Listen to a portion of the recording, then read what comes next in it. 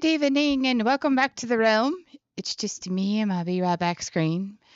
Can we guess what VTuber forgot to download the game she was going to play tonight? And then can somebody explain to me why an old ass game takes forever to download? So, we get to sit here and stare at each other awkwardly.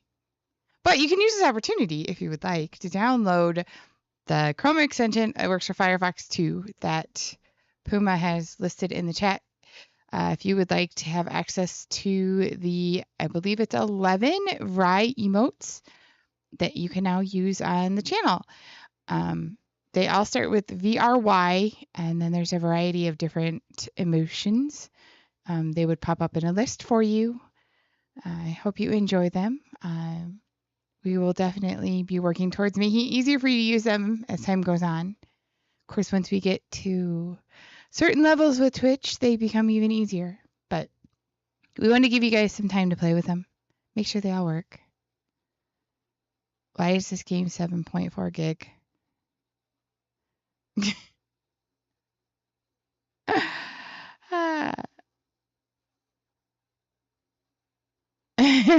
Yeah, there we go. Totally for science.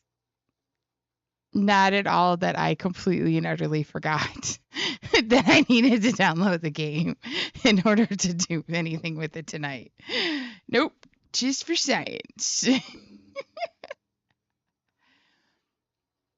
I mean, it could also be because I'm delaying then how long I have to play it, because now we get to enjoy Vry not only getting scared, but also kind of sucking ass at first-person shooters. So, yeah, I really wanted to run it home for you guys tonight. Yeah, it's what it is. But that's okay. We can wait. We can spend time getting to know one another. It's fantastic. I can listen to my computer sing me its siren song with the fan until it dies. So, but I'm going to be a good VTuber. I ordered the stuff to try and fix it. Yeah, so you shouldn't need to actually go to the emotes in Franger phases. Once you download the extension, reload. There you go. Reload the Twitch page, and then you should be able to access them, along with seeing the ones that other people have accessed instead of just words. So, like I said, this is kind of just a fun thing to do until we get to a point where everybody can use them. So, does anybody know if I should be like trying to have my controller for this, or is this a keyboardable thing? It doesn't say.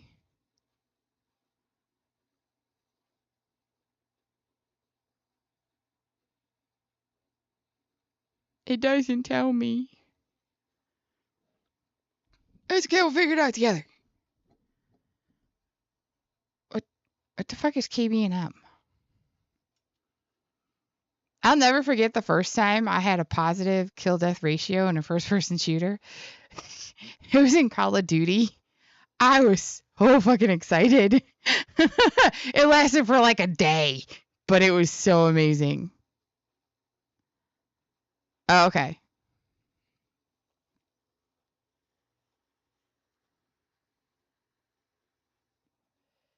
Oh, keyboard and mouse. Yeah, I know. But see, the more buttons that Rye has to keep track of during a game where she might be scared and trying to coordinate her body parts is not good, because then I just get confused. And then we end up like looking at her feet while holding a lunchbox instead of shooting at the zombies with the AK. Hey, we're up to 52% complete. Woo, baby. So close. So, Yeah, once we get a little bit further to you guys, we'll be able to do more with Count. Because I know right now you cannot do much with him. You can pet him, I think. That's like the only thing. Or you can play with him. Is the only thing that you can do with Count. There he goes. He's playing.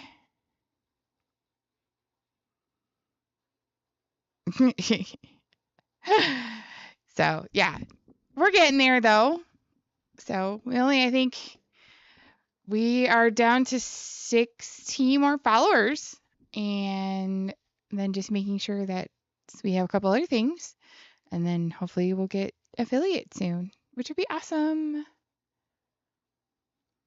Because there's other fun stuff we can do.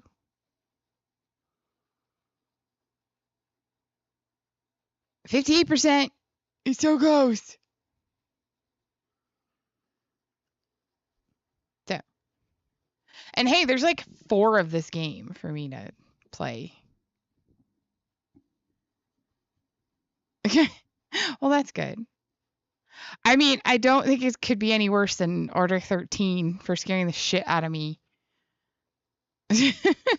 And at least this time I have a weapon. I can fight back. I honestly was like, it's an old game. It'll download really fast.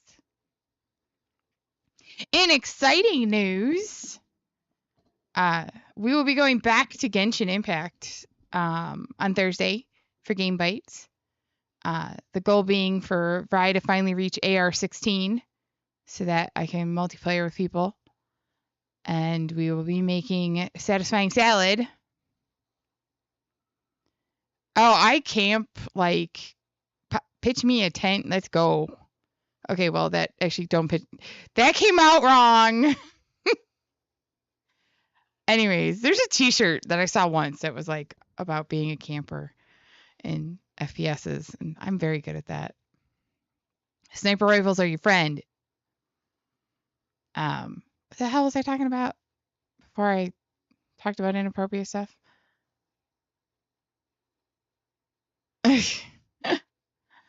Oh, yeah. So, yeah, Genshin on Thursday. And then for the following Thursday, I'm going to try my hand at a game I haven't decided yet. I'm going to play the easy version, but I think I'm going to actually play the game. We are going to dip into the world of Fallout. Not this Thursday, but next Thursday for Game Bites, we'll be making Nuka-Cola floats. So I'm excited for that. It'll be like Rye gets into FPSs all of a sudden. Because I could be playing Destiny too. Yeah, that's a little... Well, I played that in FPS in first person. I'm not bad at that one, though. I don't know how I'm going to be on this one. I might suck. But that's okay. I don't mind. 72%. We're so close. Not really, but we're going to just say it anyways. I forgot I need to move my drink in front of me or else it looks like I'm finding things to look at way off screen. Oh, if I put my drink in front of me, I can't see my computer screen. That doesn't work.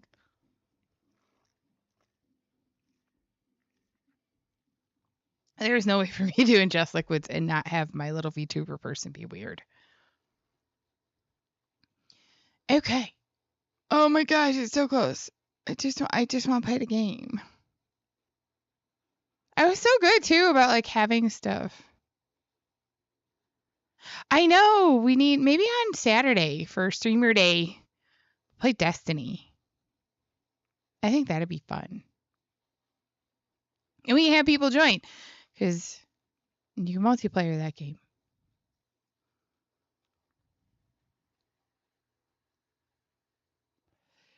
Oh, I have the DLC for this.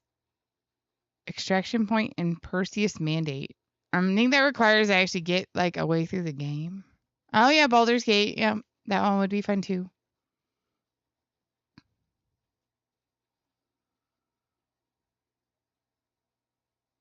There's so many games and so few nights of the week. That doesn't even like swing back to like playing games we played before. 85%. We're so close.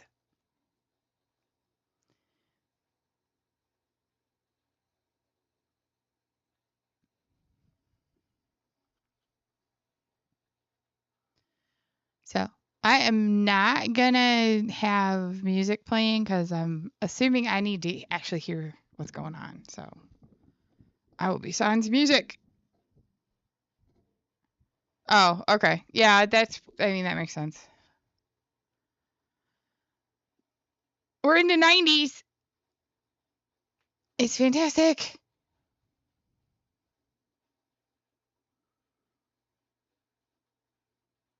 I was actually surprised. There was like a pretty big chunk of people listed for this game, even though it's older, when I plugged it in on Twitch. So that's pretty cool.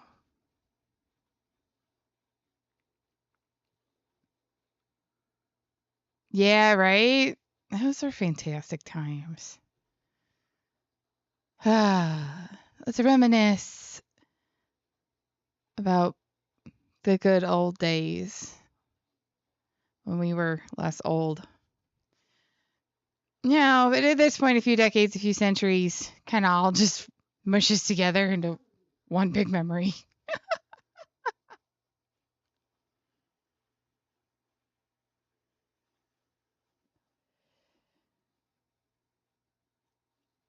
Oh, we're so close. It's at 93%, and then it kind of stalled, which tells me that it's like almost done.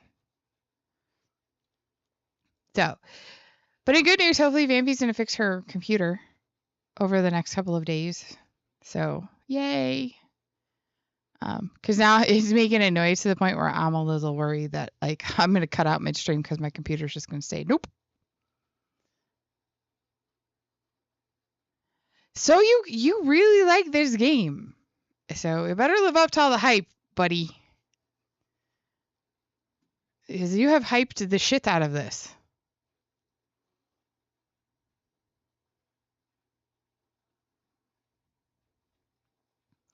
I worry about that there will be a letdown to the amount of hype.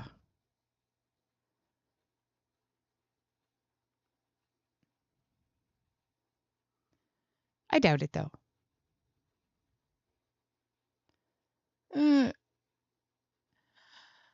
Uh, but hey, pretty soon, it's stuck at 94%.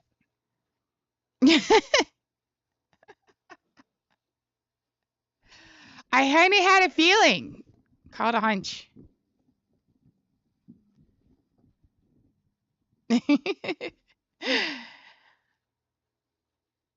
So you guys have to let me know if any of the emojis are weird. I tried to check all of them, but also it's really hard to like figure out how big you need to make like the expressions and stuff, so that like they don't all look exactly the freaking same.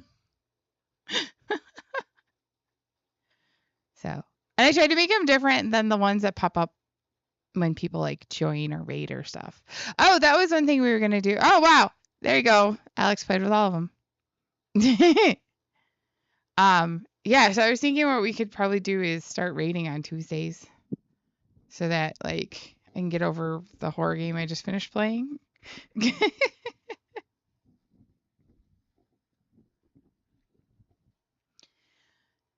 Cause I get scaredy.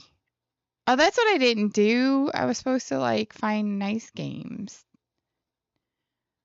Why did this download up to 95% so fast and now it's just like bleh. Stupid games.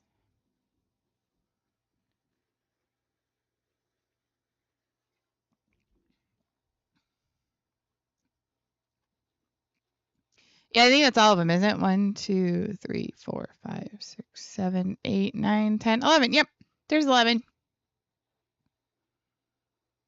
No, they don't, unfortunately. That won't happen until we get a little bit further along. So, I'd have to kill it and just have it be the Twitch chat. But I don't want to do that because I stream to both. And I don't want to leave out my little YouTube friends. It It just looks like you guys are just talking to me. Oh my god, Fry's so cool. Oh my god, I love Fry. Oh, Fry's mad. Fry doesn't really get mad too often. Intense, yes. I love the one that you can have the hand pet to my head. 97%. We're so close.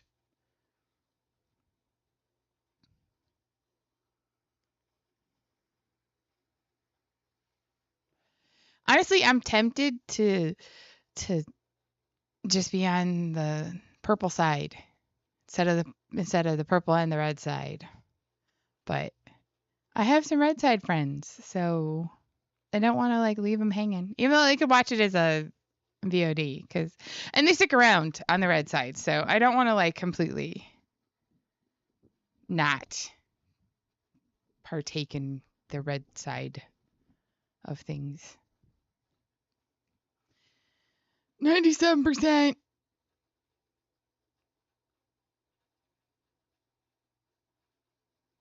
Hopefully this won't like bog down my computer. It's already having enough problems. It's so close. I just wanted to finish.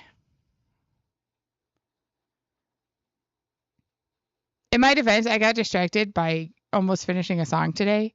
So I was being productive. The song's almost done, and I figured out the concept for the music video. So it was a very productive day. I was excited. So, and hey, we got a new follower today during the day. That's pretty cool.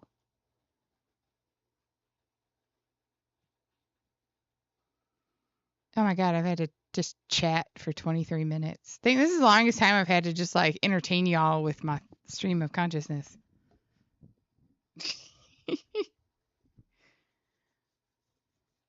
See, this is why I think it'd be fun to do like reaction video, but I have to see how you do that, cause like, yeah, that's the hope. But yeah, I need to see how you do like reaction videos or karaoke. I know karaoke just can't be monetized, which is fine. I'm not monetized anyways. But like reaction videos, I don't know how you like get around showing other people stuff. I don't want to get in trouble.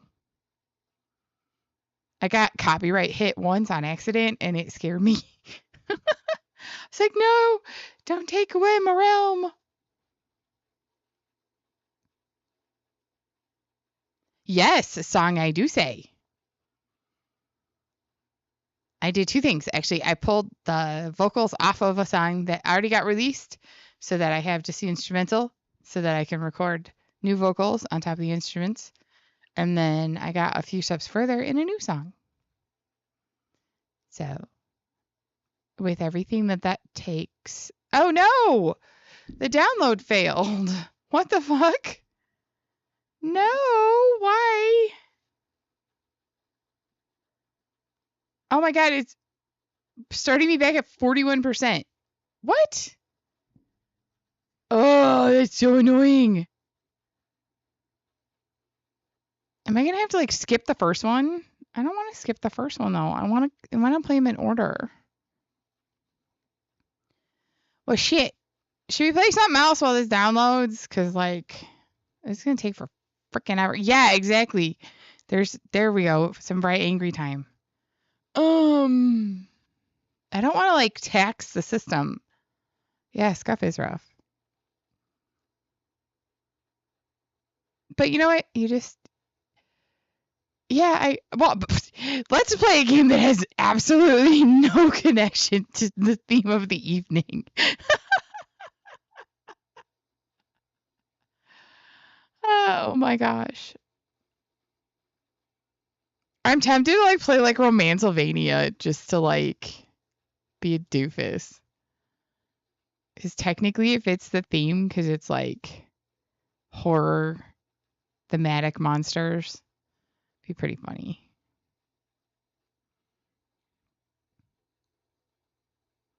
But no, I don't want to like push it because like I don't want it to get upset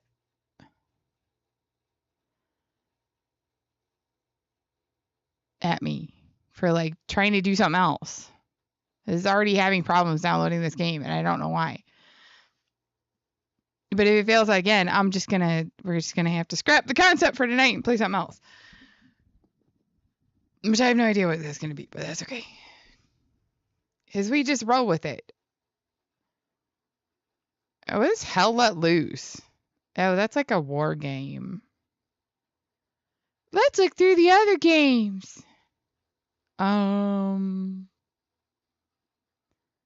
Just Survive. Oh, that's a test server. Oh, don't I have like...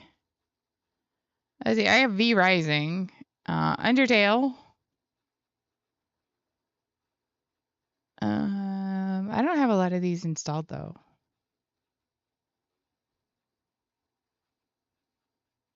It's a problem.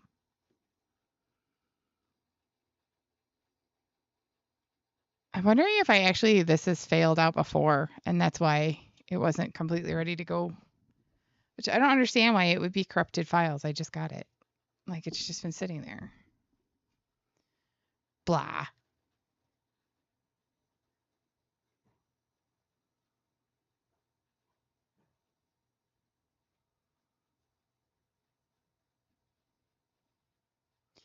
Okay, you know what? We're going to do something else while we wait. Because I don't know that it's going to, like, come up in time. So we're gonna stretch the horror genre a little bit, even though it really truly is a horror game. At the heart of it. I just have to wait for it to start up.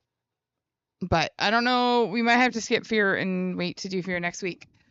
Because now it's like it's queuing the download. So that's not good.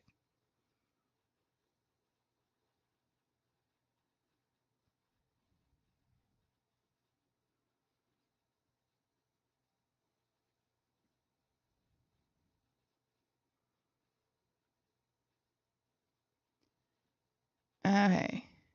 And I believe that we already have the like all of the like this game is not for kids things up. So we should be good. Oh, Buttery, I loved that. I sucked at it. It was like the first time like I was not very good at a game. Imagine that. Oh, thank you for the follow.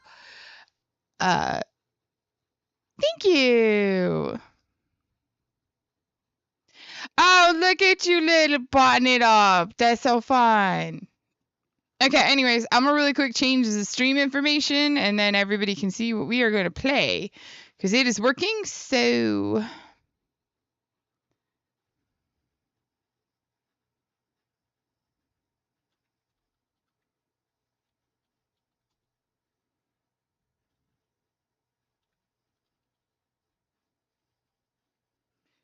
I'm going to be quiet because I cannot type and talk at the same time.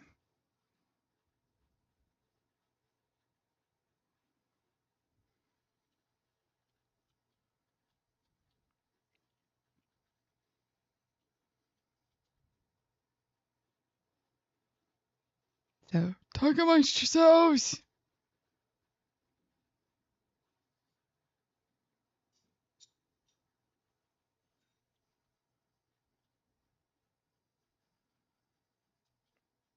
While I get this figured out.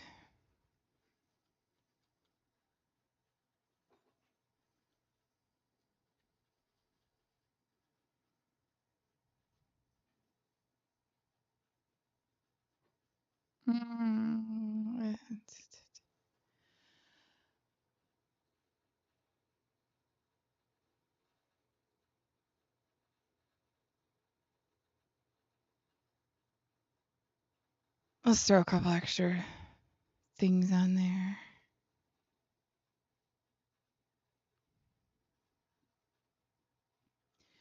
Switching it up.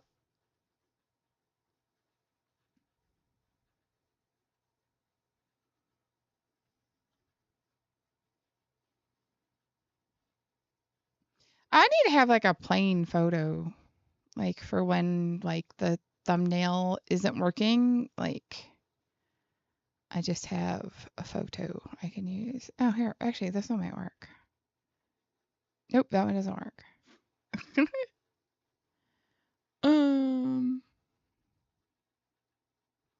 There we go.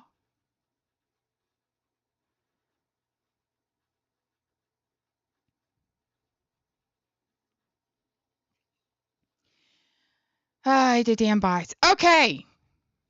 So, we're gonna do some shit. Y'all ready for this one? It's scary, sorta. So, we're gonna run with it. And we'll see how the volume is once we get into it. Because I have no idea. Right now, I haven't touched it yet.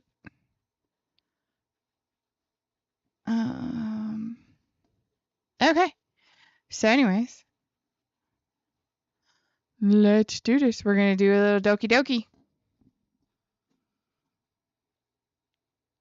Content warnings.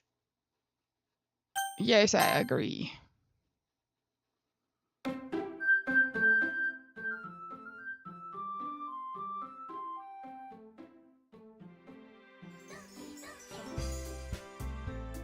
It's a horror movie, or a horror game, technically. So we're playing Doki Doki. Hey, we do need to turn it. Blow me eardrums out a little bit. Okay. Da da da da da. Nah. Okay. New game. Yes, and lots of scuff, but you know what? We work around the scuff and we just figure it out. My name is Rocolia. Okay, let us continue.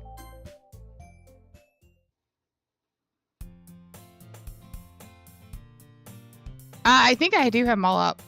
Actually, I did graphics, swearing, sex, gore and violence. Let's see what other one. Hold on. I guess sensitive social issues, drugs and intoxication.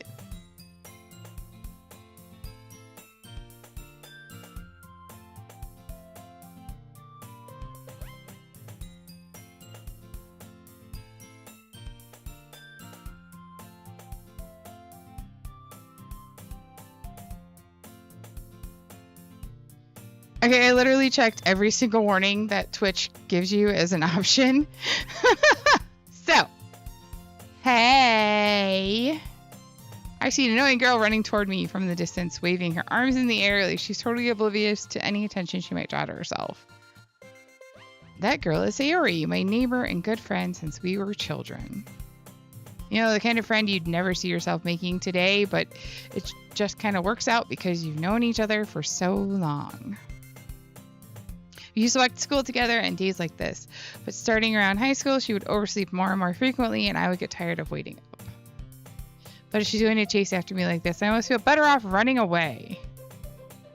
However, I just sigh and idle in front of the crosswalk and let Sayori catch up to me. Ah! Okay. Am I supposed to like do voices for this? I overslept again. I had to be like a little Asian girl, but that ain't gonna happen. But I caught you this time. I guess I could just do like a dude voice for my parts and like my voice for all the girls. Maybe, but only because I decided to stop and wait for you. You say that like you were thinking about ignoring me. That's mean, Vercolia.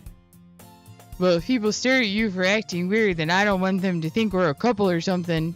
God, I'm an asshole. Fine, fine. But you did wait for me after all. Yeah, voice actor Fry coming in hot. No accents, we're just doing low voice, high voice. I guess you don't have it in you to be mean, even if you want to. Whatever you say, Sayori. We crossed the street together. I am only doing voices for the actual conversation. Yeah, right. I should make Monica Scottish just for fuck's sake. We crossed the street together and make our way to school. As we draw near, the streets become increasingly speckled with students. That's an interesting descriptor. Making their daily commute. By the way, Vercolia, have you decided on a club to join yet? A club? I told you already I'm not really interested in joining any clubs. I haven't been looking either. That's not true. You told me you would join a club this year. Did I? I'm sure it's possible that I did in one of our... Oh, wait, I'm still talking. In one of our many conversations where I dismissed him. Can't tell. I'm talking to her myself. Just go on with whatever she's going on about. Sarah likes to worry a little too much about me when I'm perfectly content just getting by on the average while spending my free time on games and anime. Uh-oh. Uh-huh. Oh, that's uh-huh, not uh-oh. I was talking about how I worry that you won't learn how to socialize or have any skills before college. So, your happiness is really important to me, you know. And I know you're happy, but I die at the thought of you becoming a NEET in a few years because you're not used to the real world. You trust me, right? Hey, there's nothing wrong with being an introverted person who doesn't like to leave their house. Don't make me keep worrying about you. All right. I'll look at a few clubs if it makes you happy. No promises, though. Will you at least promise me you'll try a little? I think she's getting squeakier the more times I talk. Yeah, I guess I'll promise you that. Yay! Why do I let myself get lectured by such a carefree girl? More than that, I'm surprised I even let myself relent to her. I guess seeing her worry so much about me makes me want to ease her mind at least a little bit, even if she does exaggerate everything inside of her head. Alright. 1 second. I'm gonna see if Fear is actually still at least trying to download while we're doing this. Okay. The school day is as ordinary as ever, and it's over before I know it. Okay.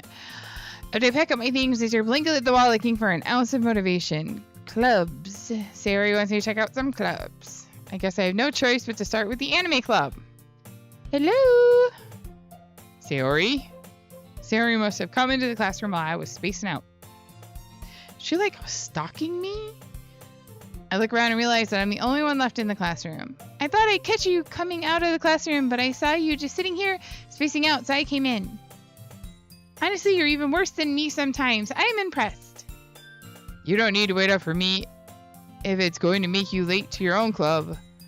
Well, I thought you might need some encouragement, so I thought, you know what? We get to play Rye Reads tonight a lot, apparently. Well, you could come to my club. Sayori? Yeah?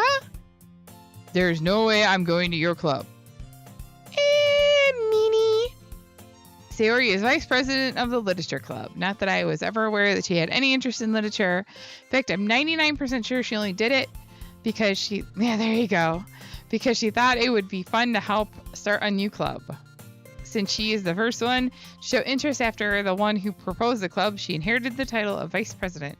That said, my interest in literature is guaranteed to be even less. Yeah, I'm going to the anime club. Come on, please. Why do you care so much anyway? Well, I kind of told the club yesterday I would bring in a new member. And Natsuki made cupcakes and everything. Don't make promises you can't keep. I can't tell if Sayori is really that much of an airhead or if she's cunning as to plan all of this out. I let out a long sigh. Fine, I'll stop by for a cupcake, okay? Yes, let's go! I really do feel like my voice just gets higher every time I'm Sayori. I'll be full on anime girl by the time I'm done playing this game. And thus, today marks the day I sold my soul for a cupcake. Dude, some of us have sold our soul for less. I dejectedly follow Sayori across the school and upstairs, a section of the school I rarely visit. Yeah, right. Being generally used for third-year classes and activities. Sayori, full of energy, swipes open the classroom door. Everyone, the new member is here! I told you don't call me a new member. I glance around the room. Welcome to the Literature Club. It's a pleasure meeting you. I gotta remember what the fuck I do for each of their voices. Damn it. Okay. Sayori says it's nice. Sayori says nice things about you. Seriously? You brought a boy? Way to kill the atmosphere. I don't know. She's a valley girl. That's what we're going with. Oh, fuck. There's 4 girls. Shit. I don't know. I don't have 4 girl voices. Fuck. I have... Oh, Mercolia, what a nice surprise. She's a hick. That's what we're going with. Welcome to the club. It's fantastic. All the words escape me in this situation. This club is full of incredibly cute girls. Yeah, it's gonna be weird and I'm gonna stick with it too. What are you looking at? If you want to say something, say it. Sorry. Natsuki. The girl with the sour attitude, whose name is apparently Natsuki, is one I don't recognize. Her small figure makes me think she's probably a first year. She's also the one who made cupcakes, according to Sayori. You can just ignore her when she gets moody. Ooh, boy. Ugh. Sayori says that quietly into my ear. Oh shit, it was Sayori talking. God damn it. Wrong girl. And then turns back towards the other girls. I'm gonna get this all messed up. Anyway, this is Natsuki, always full of energy. Fuck, I don't even remember anymore. And this is Yuri, the smartest in the club. Don't say things like that. Yuri, who appears comparably more mature and timid, seems to have a hard time keeping up with people like Sayori and Natsuki. Well, it's nice to meet both of you. And it sounds like you already know Monica, is that right? That's right. It's great to see you again, Mercolia. Monica smiles sweetly. It's so awesome. We do know each other well. We really talked when we were in the same class last year. Monica was probably the most popular girl in class. Smart, beautiful, athletic. Basically completely out of my league. So having her smile at me so genuinely feels a little... Yeah, totally. You too, Monica. Come sit down, Mercolia. We made room for you at the table so you can sit next to me or Monica. I'll get the cupcakes. Okay, so Sayori just sucked helium. Natsuki is a valley girl. Yuri is just kind of stuck up. And Monica is... See, okay, I got Yuri. And Monica is brains and beauty. And Natsuki is not sweet and cutesy, though. She's kind of a bitch, the way I voiced her. Hey, I made them. I'll get them. Sorry, I got a little too excited. Then how about I make some tea as well? The girls have a few desks arranged to form a table. As Sayori mentioned, it's been widened, so there is one space next to Monica and one space next to Sayori. Natsuki and Yuri walk over to the corner of the room where Natsuki grabs a wrap tray and Yuri opens a closet. Still feeling awkward, I take a seat next to Sayori. Natsuki proudly marches back to the table, tray in hand. Okay, are you ready? I don't even remember what chick I'm doing now. Damn it. It's already fucked up. Ta-da! Whoa?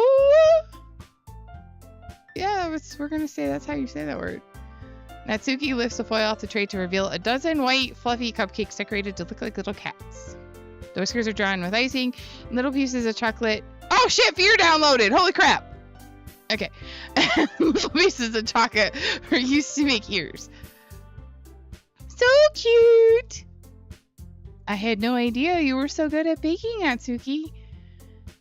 Well, you know. Just hurry and take one. Sayori grabs one first, and Monica, I follow. It's delicious. Sayori talks with her mouth full. I was looking forward to the first-person shooter, not voicing 5 different people. Sayori talks with her mouth full and has already managed to get icing on her face. I turn the cupcake around in my fingers looking for the best angle to take a bite. Natsuki is quiet. We'll get through this scene and then we'll switch. Even though I just freaking changed all of my stuff. But that's okay. Scuff is real and we work through Scuff. I can't help but notice her sneaking glances in my direction. Is she waiting for me to take a bite? I finally bite down. The icing is sweet and full of flavor. I wonder if she made it herself. This is really good. Thank you, Natsuki. Why are you thanking me? It's not like I haven't heard this. Haven't I heard this somewhere before? Made them for you or anything? I thought you technically did, Sayori said. Well, maybe. But not, you know, you dummy. All right. See, I don't want to do this all night. I want to shoot things. I give up on Natsuki's weird logic and dismiss the conversation. Yuri returns to the table carrying a tea set. She carefully places a teacup in front of each of us before setting down the teapot next to the cupcake tray. Oh, you can keep the whole tea set in this classroom? Oh, shit, that was supposed to be me. Damn it. Don't worry, the teachers gave us permission. See, I can't even keep straight who I'm supposed to be. And the game isn't even that weird yet. After all of this, doesn't a hot cup of tea help you enjoy a good book? I guess. Don't let yourself get intimidated. Yuri's just trying to impress you. Monica being Southern gets better every time I do it.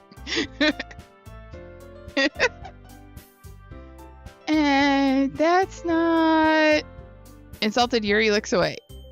I meant that, you know... I believe you. Well, tea and reading might not be a pastime for me. Now I'm getting a little Southern. At least I enjoy tea. I'm glad. Yuri faintly smiles to herself in relief. Monica raises an eyebrow, then smiles at me. So, what made you consider the literature club? I was afraid of this question. Something tells me I shouldn't tell Monica that I was practically dragged here by Sayori. Well, I haven't joined any clubs yet, and Sayori seemed really happy here, so... That's okay, don't be embarrassed. We'll make you feel right at home, okay? As president of the literature club, it's my duty to make the club fun and exciting for everyone. Monica, I'm surprised. How come you decided to start your own club? You could probably be a board member for any of the major clubs. Weren't you leader of the debate club last year? Well, you know, to be honest, I can't stand all the politics around the major clubs. Now I'm in Australia, fucking hell.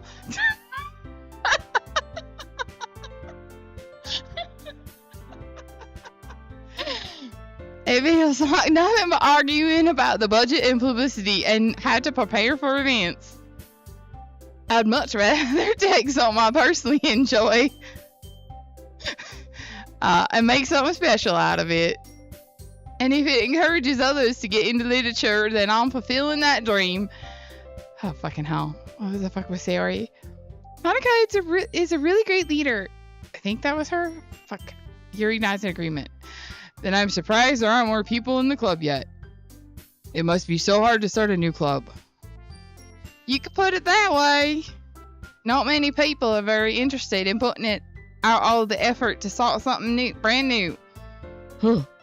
Especially when it's something that doesn't grab your attention like literature. You have to work hard to convince people you're both fun and worthwhile. But it makes school events like the festival that much more important. I'm confident that we can all really grow this club before we graduate. Right, everyone? Yay! We'll do our best. You know it! Everyone enthusiastically agrees. I think I did the 4 different voices. I don't know. Such different girls all interested in the same goal. Monica must have worked really hard just to find these 3. Maybe that's why they're all so delighted by the idea of a new member joining. Though I still don't really know if I can keep up with their level of enthusiasm about literature or voice acting them. So, Vercolio, what kind of things do you like to read? Well, considering how little I've read these past few years, I don't really have a good way of answering that. Manga, I mutter quietly to myself, half joking. Natsuki's head suddenly perks up. It looks like she wants to say something, but she keeps quiet. Thank Christ. Not much of a reader, I guess? Well, that can change. Fuck it. What am I saying? I spoke without thinking after seeing Yuri's sad smile. Anyway, what about you, Yuri? Well, let's see. Yuri traces the rim of her teacup with her finger. My favorites are usually novels that build deep and complex fantasy worlds. The level of creativity and craftsmanship behind them is amazing to me, and telling a good story in such a foreign world is equally impressive. Yuri goes on, clearly passionate about her reading. She seems so reserved and timid since the moment I walked in, but it's obvious by the way her eyes light up that she finds her comfort in the world of books, not people. Amen, sister! But you know, I like a lot of things. Stories with deep psychological elements usually immerse me as well. Isn't it amazing how a writer can so deliberately take advantage of your own lack of imagination to completely throw you for a loop? Anyway, I've been reading a lot of horror lately. I read a horror book once. God, I even sound like an idiot when I talk for him. I desperately grasp something I can relate to at a minimal level. At this rate, Yuri might as well be having a conversation with a rock. I completely agree. Really? I wouldn't have expected that, Yuri. For someone as gentle as you. I guess you could say that. But if a story makes me think or takes me to another world, then I really can't put it down. Surreal horror is often very successful at changing the way you look at the world, even if only for a brief moment. Ugh, I hate horror.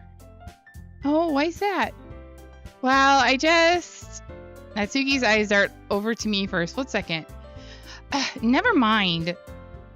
That's right, you usually like to write about cute things, don't you, Natsuki? Ooh, Japanese names with a southern accent. Let's go.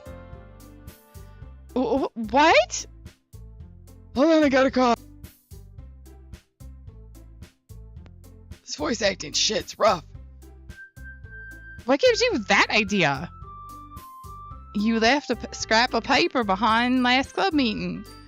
It looked like you were working on a poem called Don't Say It Out Loud! And give me that back. Fine. Your cupcakes, your poems, everything you do is just as cute as you are. Sayori sidles up behind Natsuki and puts her hands on her shoulders. I'm not cute! Natsuki, you write your own poems? Well, I guess sometimes. Why do you care? I think that's impressive. Why don't you share them sometime? No. Natsuki averts her eyes. You wouldn't like them. Not very confident writer yet? I understand how Natsuki feels. Sharing that level of writing takes more than just confidence. The truest form of writing is writing to oneself. You must be willing to open up to your readers, exposing your vulnerabilities and showing even the deepest reaches of your heart. Do you have any writing experience too, Yuri? Maybe if you share some of your work, you can set an example and help Natsuki feel comfortable enough to share hers. I guess it's the same for Yuri. I wanted to read everyone's poems. We all sit in silence for a moment. Thank Christ. Okay. I have an idea, everyone. Question mark? Natsuki and Yuri look quizzically at Monika. Let's all go home and write a poem of our own. The next time we meet, we'll share them all with each other. That way everyone is even. Yeah, let's do it. Plus, now that we have a new member, I think it'll help us all get a little more comfortable with each other and strengthen the bond of the club. Isn't that right, Vercolia? Monica smiles warmly at me once again. Hold on, there's still one problem. What's that? Now that we're back on the original topic of me joining the club, I bluntly come forth with what's been on my mind the entire time. I never said I would join this club. Sayori may have convinced me to stop by, but I never made any decision. I still have other clubs to look at, and, I lose my train of thought. All four girls stare back at me with dejected eyes. But... I'm sorry, I thought... Vercolia? You all... I'm defenseless against these girls. How am I supposed to make a clear-headed decision when it's like this? That is, if writing poems is the price I need to pay in order to spend every day with these beautiful girls... Right. Okay, I've decided then. I'll join the literature club. One by one, the girls' eyes light up. Yes, I'm so happy! Sayori wraps her arms around me, jumping up and down. Hey. You really did scare me for a moment. If you really just came for the cupcakes, like, I'd be super pissed. Then that makes it official. Welcome to the literature club. Thanks, I guess. Okay, everyone. I think with that, we can officially end today's meeting on a good note. Everyone remember tonight's assignment. Write a poem and bring it to the next meeting so we can all share. Monica looks over at me once more. Vercolia, I look forward to seeing how you express yourself. I don't even know what the fuck noise that is. Yeah. Can I really impress the class star Monica with my mediocre writing skills? I already feel the anxiety welling up inside me. Meanwhile, the girls continue to chit-chat as Yuri and Natsuki clean up their food. Hey, Vercolia, since we're already here, do you want to walk home together? That's right, Sarah and I never walk home together anymore because she always stays after school for clubs. Sure, might as well. Yay! Thanks for the follow. Yeah, right? Yeah, that's Monica. She's from the South now. With that, the two of us depart the club room and make our way home. Thanks for the follow. The whole way, my mind wanders back and forth between the four girls. Sayori, Natsuki, Yuri, and of course, Monica. Will I really be happy spending every day after school in a literature club? Perhaps I'll have the chance to grow closer to one of these girls. All right. I'll just need to make the most of my circumstances, and I'm sure good fortune will find me. And I guess it starts with writing a poem tonight. I think we're just gonna stick with this one, Puma. I don't know that I feel like trying to scuff my way through fear, trying to get fear to run. We'll save fear for next Tuesday. It's time to write a poem. Pick words you think your favorite club member will like. Something good might happen with whoever likes your poem the most. Okay. Chat, y'all gonna help me with this. Pick a word off the screen and we'll write a poem together.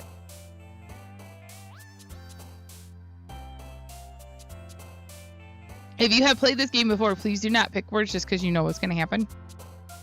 We want to kind of make it just be fun because I don't know what's going to happen. I don't know like exactly what the words do. Hopeless? Okay. Seems very poetically appropriate. Inferno. Ah! Gotta pick a new one! Puma, you can have this page. Wait, why is there only 3 girls? Did I knock a girl out with the first word?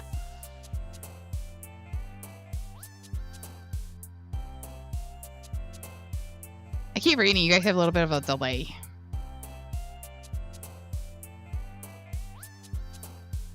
Destiny? Okay. They're little chibis. They're so cute.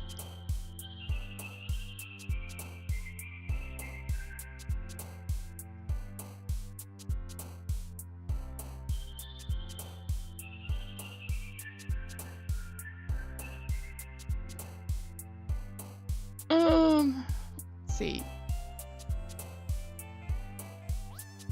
Should I pick this one? Because you guys picked the first 2. Let's do Journey. Oh. I already picked. You can pick this one. I guess Passion would be close to Covet.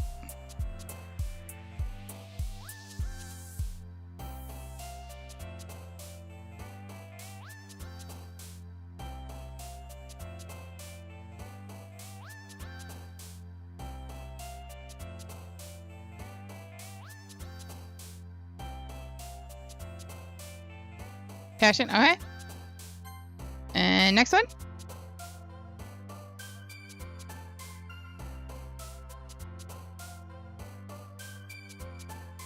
But it all looks so sad and pouty.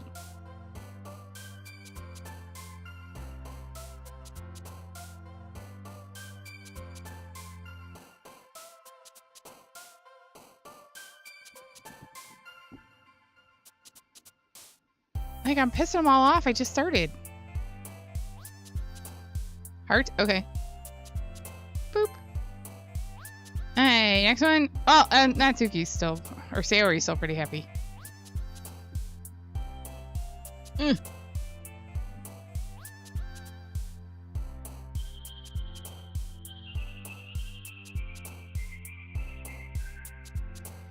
I want to pick Doki Doki.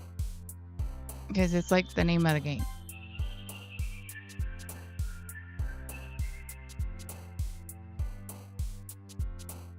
I really want to pick Puppy. Well, he's gonna be Puppy.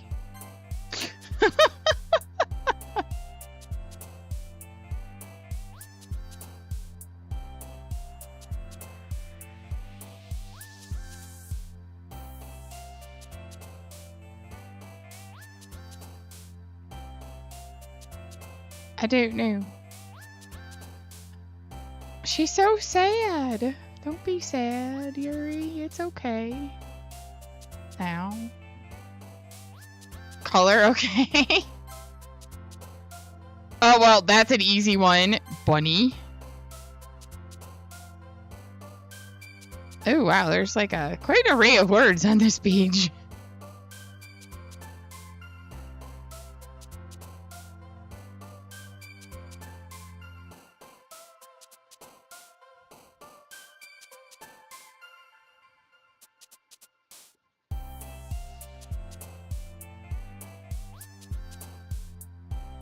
Ah, yes. Except now we're to the, you gotta pick a word.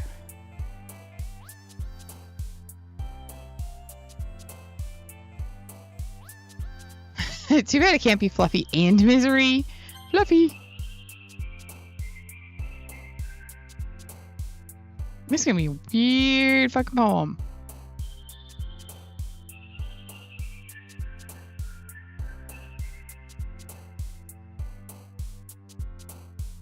Socks? Okay. Oh, wait.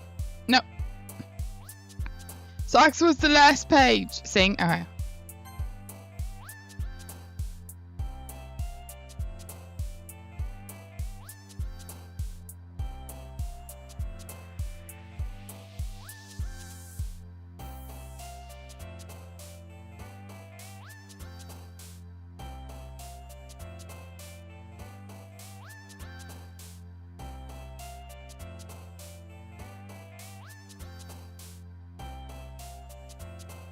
Essence? Okay.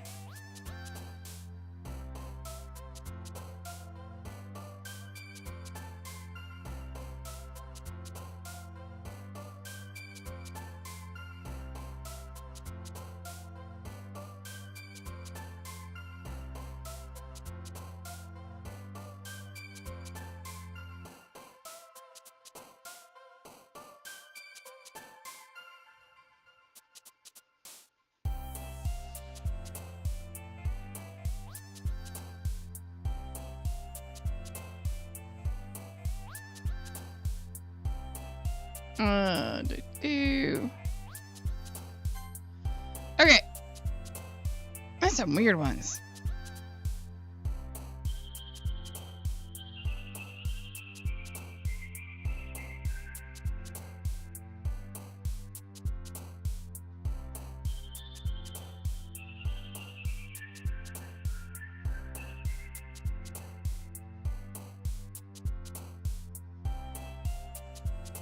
Swimsuit? Okay, well, with the unanimous 2 votes.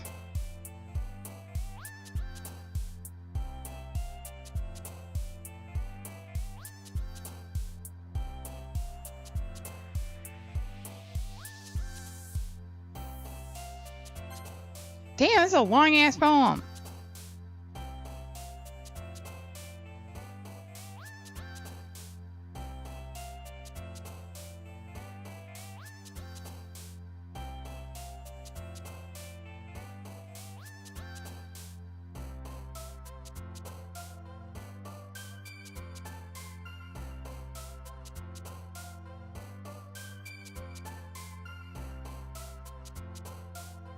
Aura? Okay.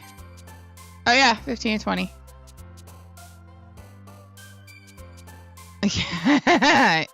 Always gotta find that aura.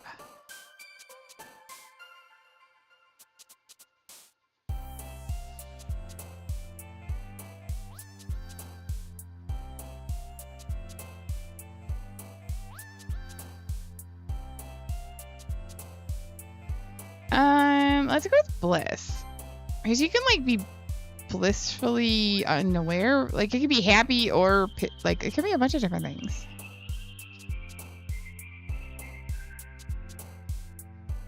We moved on to the next page.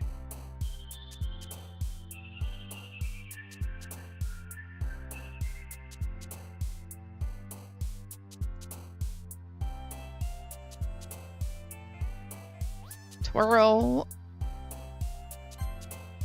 Okay. I'm stepping in. I'm picking Sticky. You guys. Sticky kitty. Okay. Oh. Music. Sorry, I'm taking some away from you because there's just ones where I'm going to step in and pick. Okay. Y'all can pick the last one.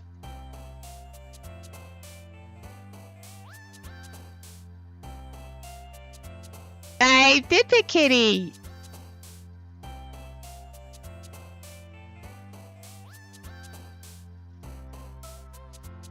Sorry. Music totally beat Kawaii. I'm sorry. And anime.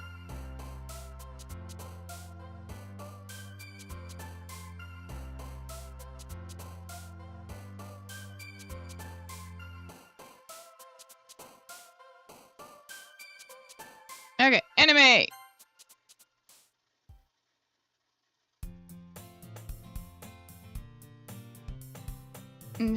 Okay. Oh, I gotta do voices again. I know. I was multitasking, which never goes well. Okay, I gotta remember who I am now. Hi, Ganvercolia. Glad to see you didn't run away on us. Nah, don't worry.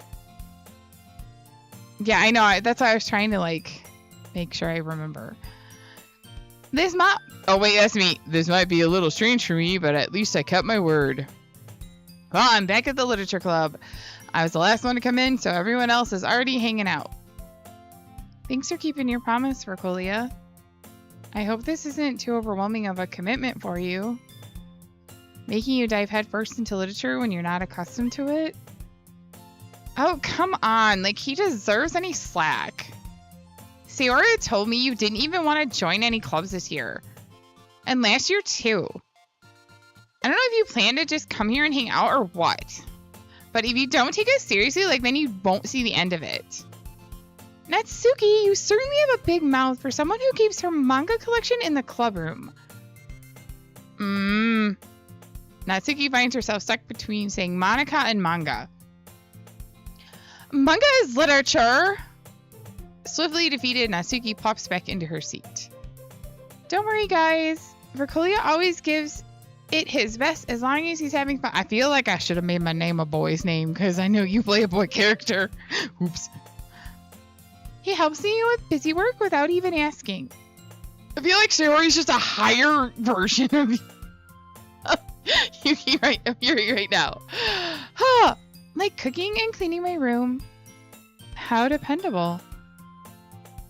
Sayori, that's because your room is so messy it's distracting. And you almost set your house on fire once.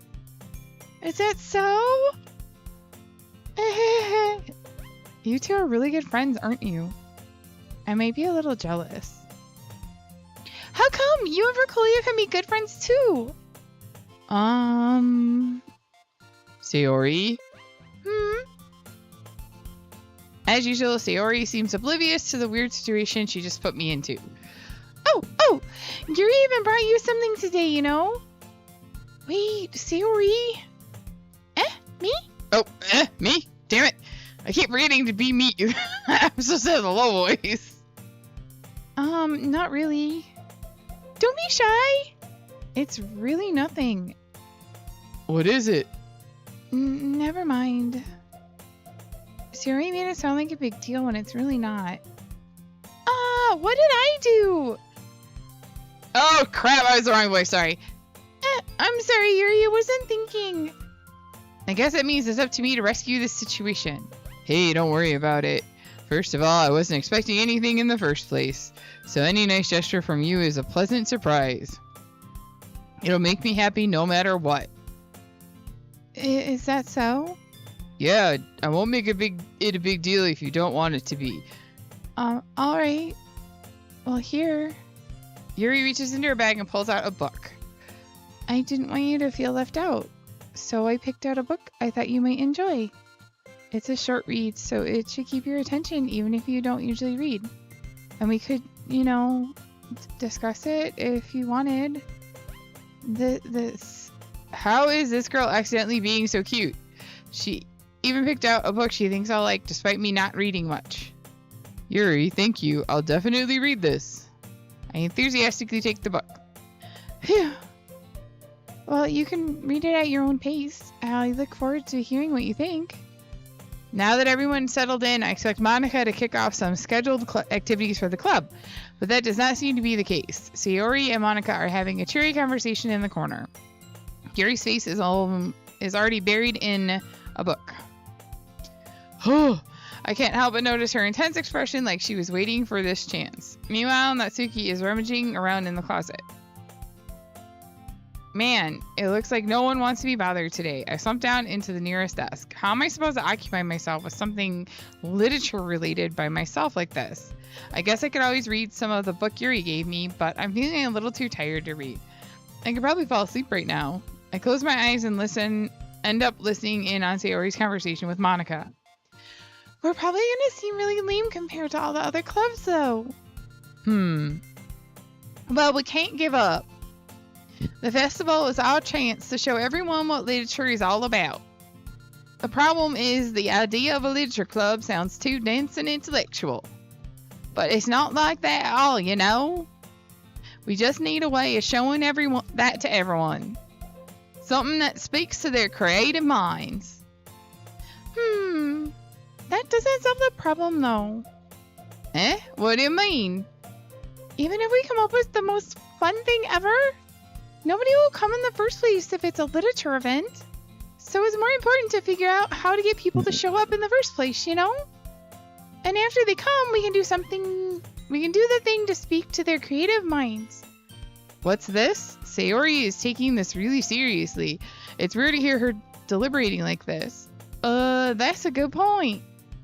In that case, why don't you do you think food will do the trick? What kind? Wrong kid. Well, I guess we could. Cupcakes! Good thinking.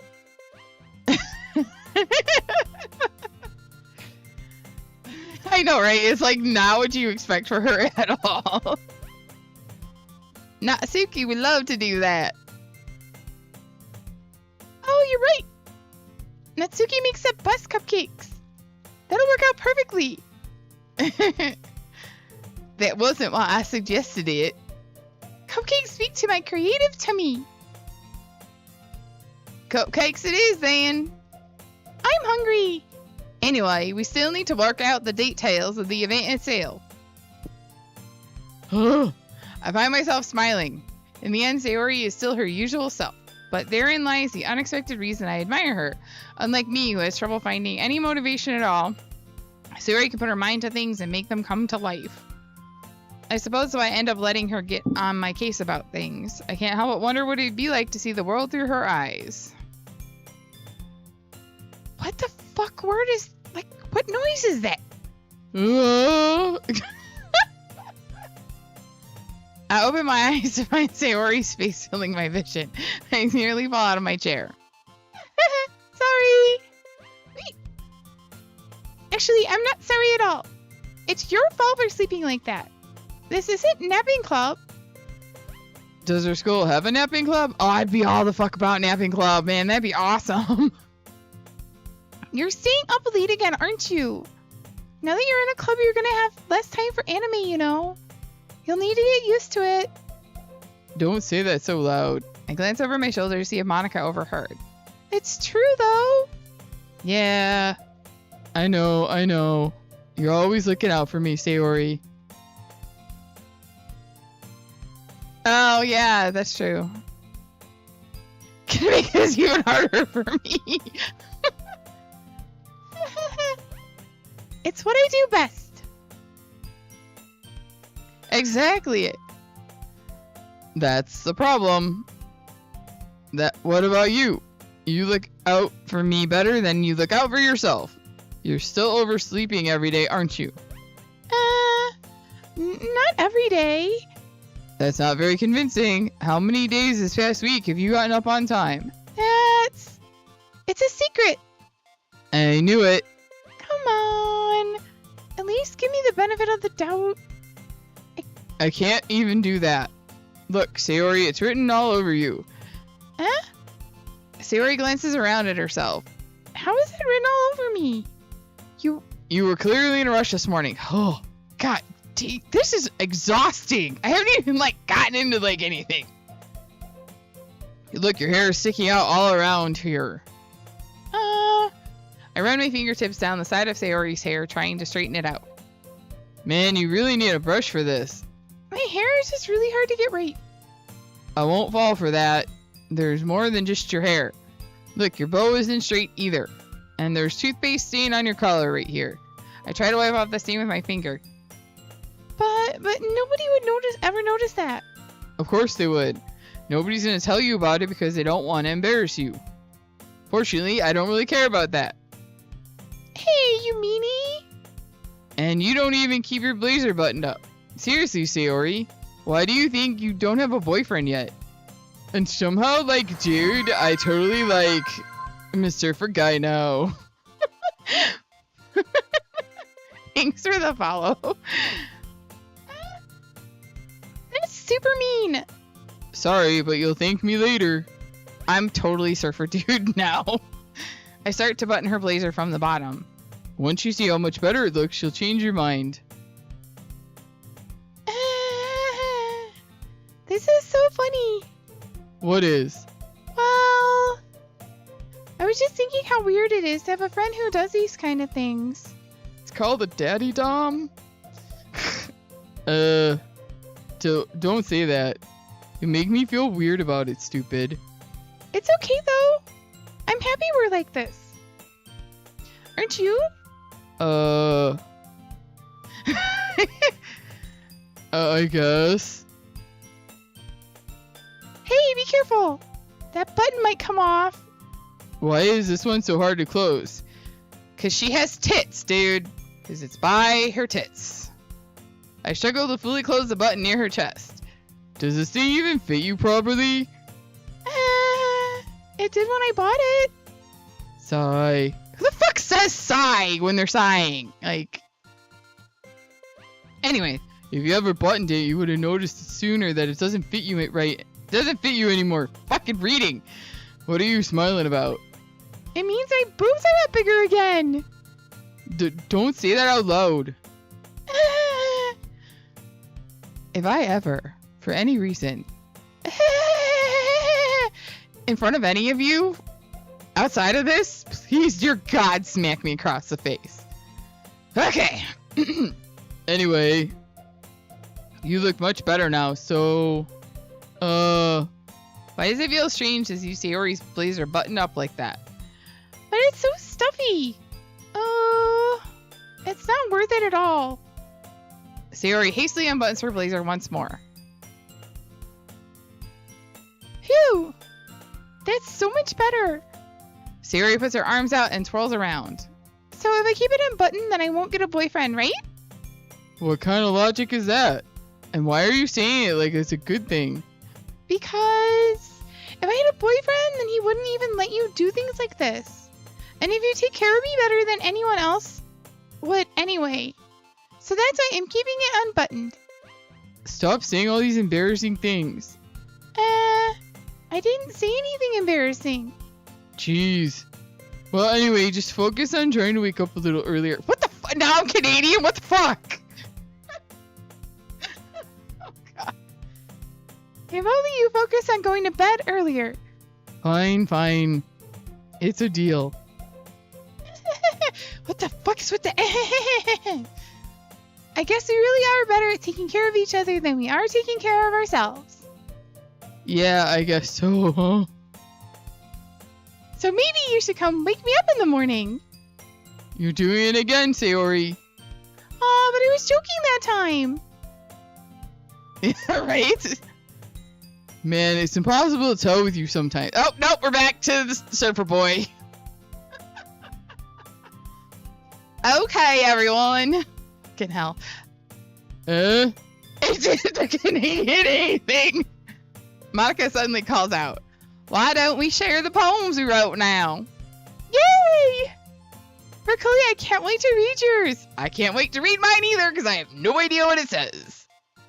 Yeah, same. I fail to sound enthusiastic, but Sayori still trots away to retrieve her poem. By the way, did you remember to write a poem last night?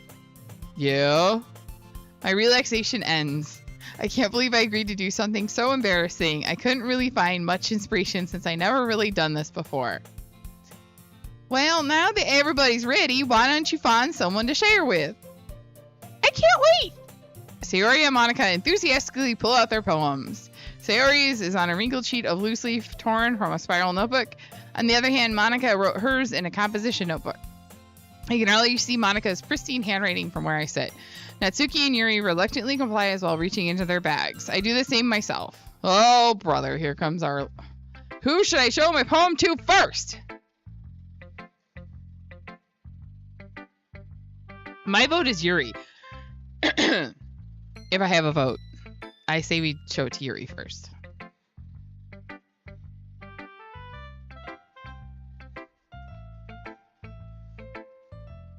Yuri? Okay. Yuri seems the most experienced, so I start with her. I trust her opinion to be fair. Oh yeah, she looks thrilled by this. Yuri stares at the poem. A minute passes, more than enough time for her to finish reading. Oh shit! I flip-flop their voices! Oh. Sorry. I forgot to start speaking. It's fine, don't force yourself. I'm not. I just need to put my thoughts into words. Hold on. Okay.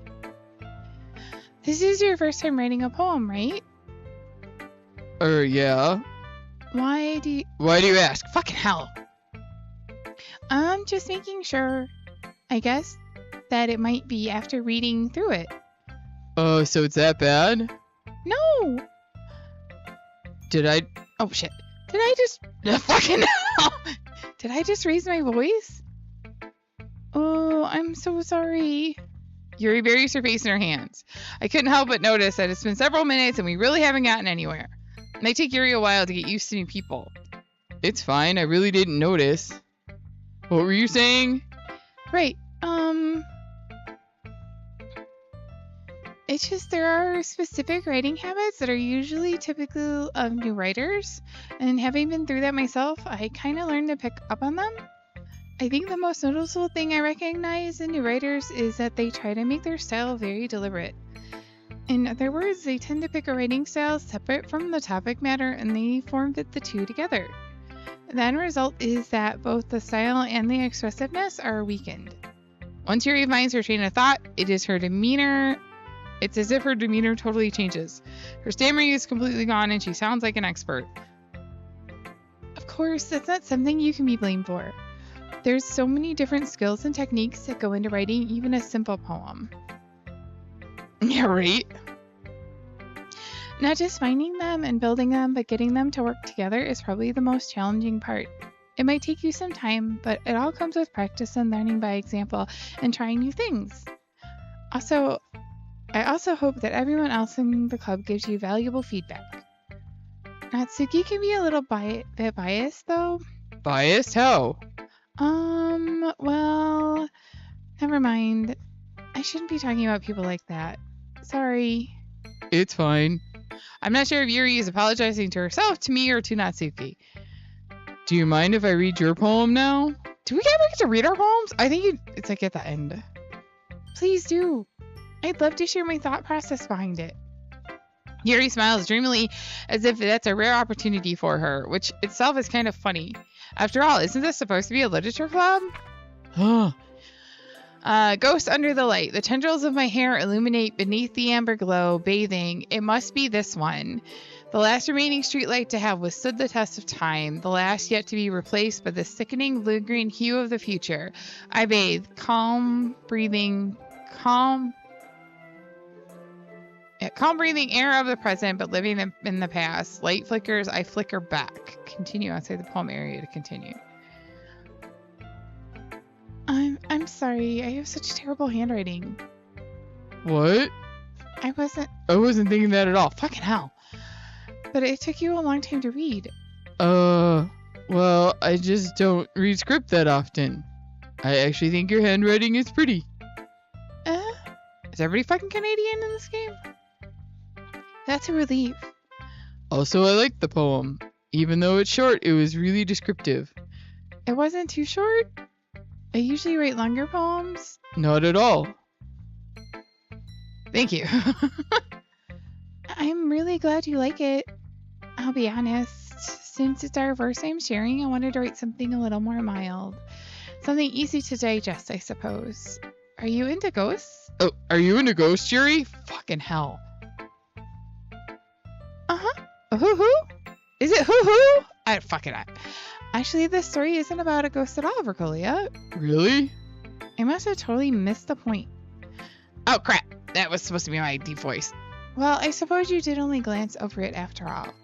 But remember that poets often express their own thoughts, feelings, and experiences in their work. They usually do more than tell a simple story or paint a picture. In this case, perhaps the subject of the poem is only being symbolically compared to a ghost. Lingering in her last remaining place of comfort, unable to let go of the past, and soon to be left with nothing.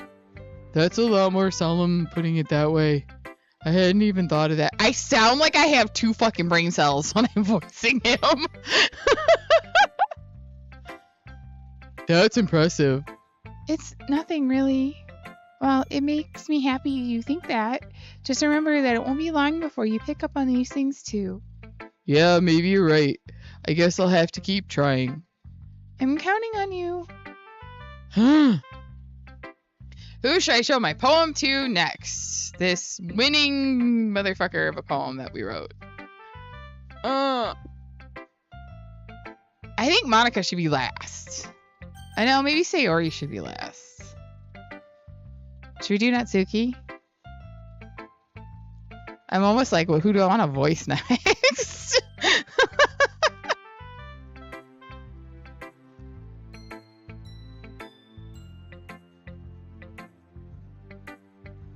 Isn't Gen Alpha like little teenagers right now? I don't know my generations. Natsuki! Valley Girl, here it is. I'm not. Well, it's about time. I expected someone from someone like you. That's a little blunt. Well, excuse me. It's not like I said it was bad. It just didn't evoke any emotions. So basically, it's not cute enough for your tastes? Do you want to get smacked? I'll pass. Sigh. I don't know if you're supposed to say the sigh. Well, anyways, I guess I need to show you mine. Not that you'll like it. Eagles can fly, monkeys can climb, crickets can leap, horses can race, owls can seek, cheetahs can run, eagles can fly, people can try, but that's about it. Wow, so fucking deep. So fucking deep. Yeah, I told you weren't gonna like it. I like it. What? Just be honest. I am. Why are you so convinced I wouldn't like it? Well, because everyone in high school thinks that writing has to be all sophisticated and stuff. So people don't even take my reading seriously. But isn't the point of poems for people to express themselves? Your writing style wouldn't make your message any less valid. Yes, exactly. I like it when it's easy to read, but hits you hard. Like in this poem, seeing everyone around you doing great things can be really disheartening. So I decided to write about it. Yeah, I understand. But the other nice thing about writing is that it puts more weight on the wordplay. Like, I set up for a rhyme at the end, but then made it fall flat on purpose. Yeah, a little bit. It helps me out that feeling in the last line. So you did. I guess more went into it than I realized. That's what it means to be a pro. I'm glad you learned something. Didn't expect that from the youngest one here, did you? Yeah, I guess not. I decided to humor her with that last comment. I don't really care how old everyone is, but if Natsuki is feeling proud, then I won't take that away from her. Okay. I think Sayori should be last, so we'll do Monica. Hi, Vercolia. Having a good time so far? Yeah. Good, glad to hear it. By the way, since you're new and everything, if you ever have any suggestions for the club, like new activities or things we can do better, I don't know what South I am. I'm always listening. Don't be afraid to bring them things up, okay? Alright, I'll keep that in mind. Of course I'll be afraid to bring things up. I'm much better off just going with the flow until I'm more settled in. Anyway, I want to share your poem. Want to share your poem with me? It's kind of embarrassing, but I guess I have to. Don't worry, Vercolia. I don't know. We're all a little embarrassed today, you know. But it's that sort of barrier that we'll all learn to get past soon. Yeah, that's true. I hand Monica my poem. I like this one. It makes me think of something Sayori would like. Is that so? You and Sayori are really good friends, right? I wouldn't be surprised if you had those sorts of things in common. Well, we may be good friends, but Sayori and I are actually really different. Well, that might be the case. But maybe there are also some similarities you wouldn't expect.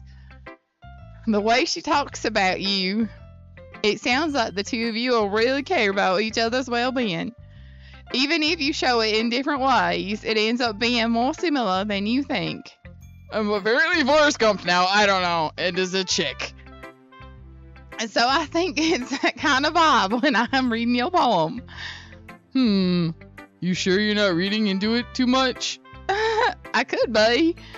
Oh gosh, I sound like Yuri. No, you don't, but we'll roll with it. But in any case, Sayori's writing has a kind of gentle feel to it. I can tell that she likes exploring with emotions like happiness and sadness. Who knew that someone was so happy would enjoy sad things too? Yeah, that's totally unexpected. Well, to each their own. And you shouldn't be afraid to experiment a little bit either. I'm sure I'll end up trying different things a lot. It could take a while before I feel comfortable doing this. That's okay. I'd love to see you try new things. That's the best way to find the kind of style that suits you. Everyone else might be a little biased toward their own kinds of styles, but I always help you find what suits you the most. So don't force yourself to write the way anyone else wants you to write. It's not like you have to worry about impressing them or anything. What the fuck with the laughing? Anyway, do you want to read my poem now? Don't worry, I'm not very good. You sound pretty confident for someone who claims to be not very good. Well, that's 'cause I have to sound confident. That doesn't mean I always feel that way, you know? I see. Well, Oh, darn. Well, let's read it then. hole in the wall. It couldn't have been me. See the direction the spackle protrudes? A noisy neighbor? An angry boyfriend? I'll never know I wasn't home. I peer inside for a clue. No, I can't see. I reel blind like a film left out in the sun. But it's too late. My retina is already scorched with a permanent copy of the meaningless image. It's just a little hole. It wasn't too bright. It was too deep, stretching forever into everything. A hole of infinite choices. I realized now that I wasn't looking in, I was looking out. And he, on the other side, was looking in. Yeah. So, what'd you think? It's very freeform, if that's what you call it. Sorry, I'm not really the right person to ask for feedback. It's okay. Yeah, that kind of style's gotten pretty popular nowadays.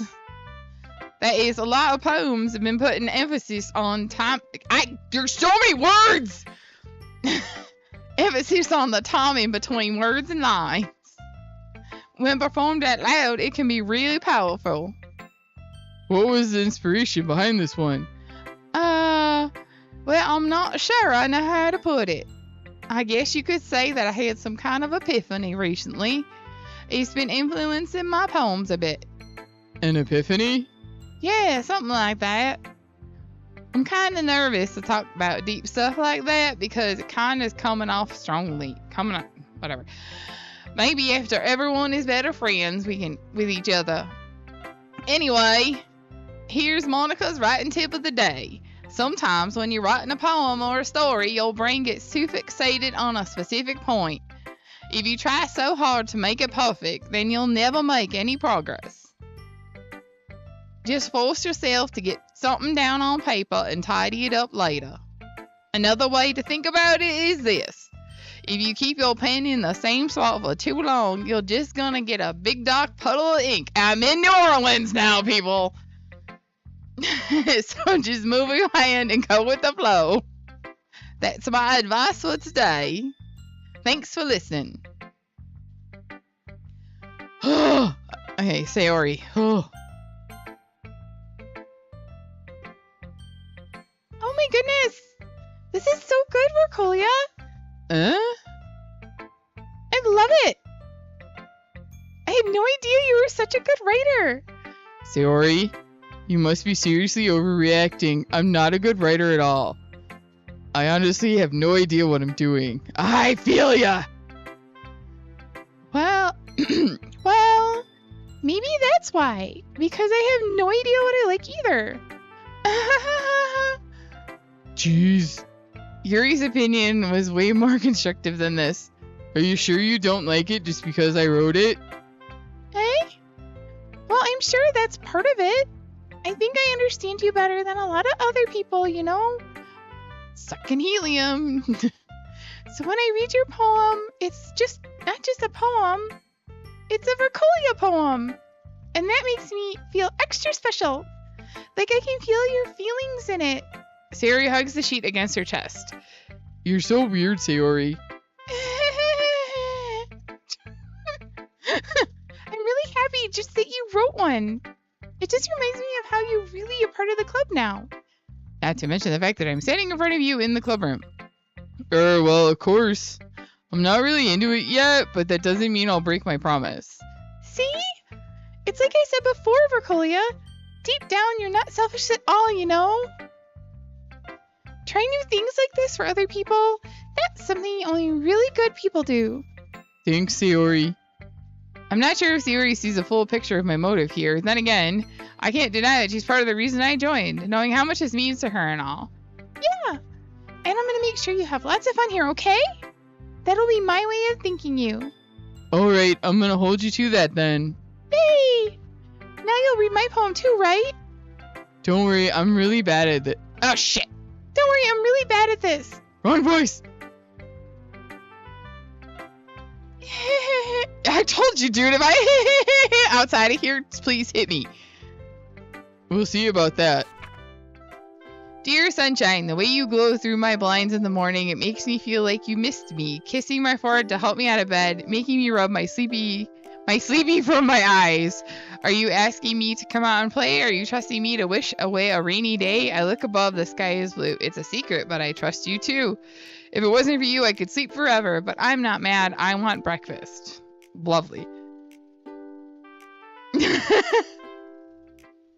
Sayori, this is just a guess, but did you wait until this morning to write this? No. Just a little bit. You can't answer just a little bit to a yes or no question. I forgot to do it last night.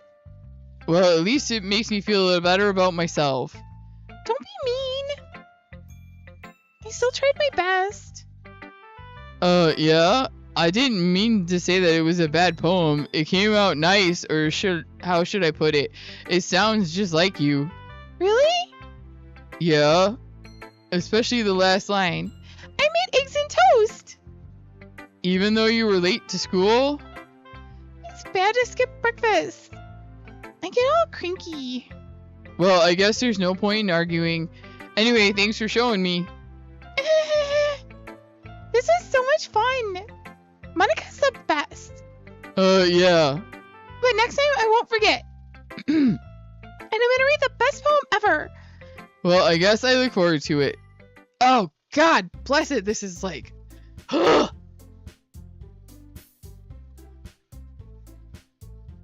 So much fucking talking. Right? Phew. I guess that's everyone. I glance around the room. That was a little more stressful than I anticipated. It's as if everyone is judging me for my mediocre writing abilities, even if they're just being nice. There's no way my poem can stand up to theirs. This is a literature club after all, I sigh. I guess that's what I ended up getting myself into. Across the room, Sayori and Monica are happily chatting. My eyes land on Yuri and Natsuki. They gingerly exchange sheets of paper, sharing their respective poems. As they read in tandem, I watch each of their expressions change. Natsuki's eyebrows furrow in frustration. Meanwhile, Yuri smiles sadly. What's with this language? Did you say something? Oh, it's nothing. Natsuki dismissively returns the poem to the desk with one hand. I guess you could say it's fancy. Thanks. Yours is cute. Cute? Did you completely miss the symbolism or something? It's clearly about the feeling of giving up. How can you be cute? I know that. I just meant the language, I guess. I was trying to say something nice. You mean you have to try that hard to come up with something nice to say? Thanks, but it really didn't come out nice at all. Well, I do have a couple suggestions. Huh. If I was looking for suggestions, I would have asked someone who actually liked it. Which people did, by the way. Sayori liked it, and Vercolia did too. So based on that, I'll gladly give you some suggestions of my own.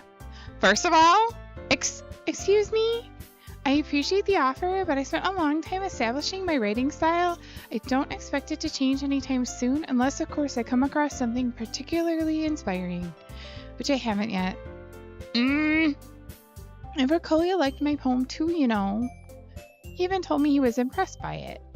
Natsuki suddenly stands up. Oh? I didn't realize you were so invested in trying to impress our new member, Yuri. That's not what I... Oh, you're just... Yuri stands up as well. Maybe you're just jealous that Vercolia appreciates my advice more than he appreciated yours. Huh? How do you know he didn't appreciate my advice more? Are you really that full of yourself? No. If I was full of myself, I would deliberately go out of my way to make everything I do overly cutesy. Ooh. Is everyone okay? Well, you know what? If I wasn't the one whose boobs magically grew a size bigger as soon as Vercolia started showing up. Natsuki? Natsuki, that's a little...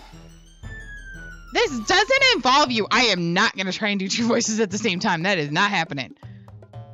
I don't like fighting, guys. Suddenly, both girls turned to me as if they just noticed I was standing there. Vercolia, she's just trying to make me look bad. That's not true. She started it. If she could get over herself and learn to appreciate that simple writing is more effective, then this wouldn't have happened in the first place. What's the point in making your poems all convoluted for no reason? But the meaning should just jump out at the reader, not force them to have to figure it out. Help me explain that to her, Vercolia. Wait! There's a reason we have so many deep and expressive words in our language. It's the only way to convey complex feelings and meaning the most effectively. Avoiding them is not only unnecessarily limiting yourself, it's also a waste. You understand that, right, Vercolia? Well... How did I get dragged into this in the first place? It's not like I know anything about writing, but whomever I agree with, they'll probably think more highly of me. So of course, that's going to be... Fuck. And we'll make Sayori deal with this. I'm all about deflection. Natsuki? Natsuki glares at me, drying up any words I had in my mouth. So instead I turn to Yuri. Yuri? But Yuri's expression is so defenseless that I can't bring myself to say anything to her. Sayori! Yeah. Everyone's fighting and making Sayori uncomfortable. How can the two of you keep fighting when you know you're making your friend feel like this? Verkulia? Well, that's her problem. This isn't about her. I agree. It's unfair for others to interject their own feelings into our conflict. Yeah, unless Sayori wants to tell Yuri what a stuck-up jerk she's being. She would never. It's your immaturity that made her upset in the first place. Excuse me? Are you listening to yourself? This is exactly why nobody likes... Stop! Natsuki, Yuri! You guys are my friends. I just want everyone to get along and be happy. My friends are wonderful people. And I love them because of their differences. Natsuki's poems, they're amazing because they give you so many feelings with just a few words. And Yuri's poems are amazing because they paint beautiful pictures in your head. Everyone's so talented, so why are we fighting? Because, well... Also, Natsuki's cute and there's nothing wrong with that. And Yuri's boobs are always the same as they always were. Big and beautiful. Sayori? Sayori stands triumphantly. Monica stands behind her with a bewildered expression. I'll make some tea. Yuri rushes off. Natsuki sits down with a blank expression on her face, staring at nothing. So, this is why Sayori is vice president. I whisper... Oh shit, that was supposed to be me, damn it! I whisper to Monica. She nods in return. To be honest, I might have come off as a good leader and I can organize things, but I'm not very good with people. I couldn't even bring myself to interject. As president, that's kind of embarrassing for me. Nah, fuck. It's not like I can blame you. I wasn't able to say anything either. Well, I guess that just means Sayori is amazing in her own ways, isn't she? You could say that. She might be an airhead, but sometimes it's really suspicious that she knows exactly what she's doing. I see. Take good care of her, okay? I would hate to see her get herself hurt. That makes two of us. You can count on me. Monica smiles sweetly at me, causing my stomach to knot. Such a genuine person really does make a good president, regardless of what she says. If only I could get the chance to talk to her a little more. Huh. Okay, everyone. It's just about time for us to leave. How did y'all feel about sharing poems? It was a lot of fun. Well, I'd say it was worth it. It was alright, well, mostly. Verkulia, how about you? Yeah, I'd say the same. It was a neat thing to talk about with everyone. Awesome. In that case, we'll do the same thing again tomorrow. I added words. And maybe you learn something from your friends, too. So your poems will turn out even better. I think to myself, did I learn a little more about the kinds of poems everyone likes? With any luck, that means I can at least do a better job impressing those I want to impress. I nod to myself with newfound determination. Verkulia, ready to walk home? Sure, let's go. Sayori beams at me. It truly has been a while since Sayori and I spent this much time together. I can't really say I'm not enjoying it either. Sayori, about what happened earlier... What do you mean? You know, between Yuri and Natsuki, does that kind of thing happen often? No. That's really the first time I've seen them fight like that. I promise they're both wonderful people. You don't hate them, do you? No, I don't hate them. I just wanted your opinion, that's all. I can see why they'd make good friends with you. Phew. You know, Verkulia, it's nice that I could spend time with you in the club. But I think seeing you get along with everyone is what makes me the happiest. And I think everyone really likes you too. That's... Every day is going to be so much fun. Sigh. It looks like Sayori still hasn't caught on to the situation I'm in. Sure, being friends with everyone is nice, but does it really need to stop there? We'll just have to see what the future holds, Sayori. I pat Sayori on the shoulder. I said that more to myself than to her, but it's easy to use Sayori as an internal monologue sometimes. Okay. Yeah, let's do this. I'm exhausted. Oh, fuck, we gotta write another poem. Yeah, it really is. Like, when they all start talking, it gets interesting. Okay, I'm feeling quite tenacious, personally. I'll let you guys pick this one.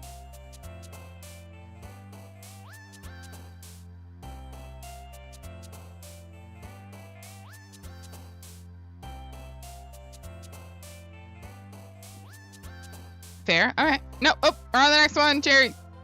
Oh, nibble. Okay. Next one. I try to be patient and wait for you guys. I'm picking the first word that comes off the page we're on.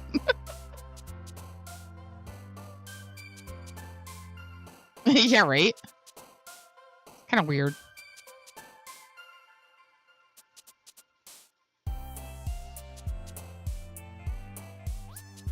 Portrait.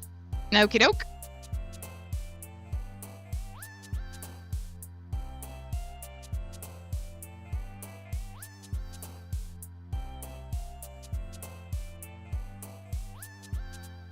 Okay, Sunny. Hey, I'm sorry, but we're pouting.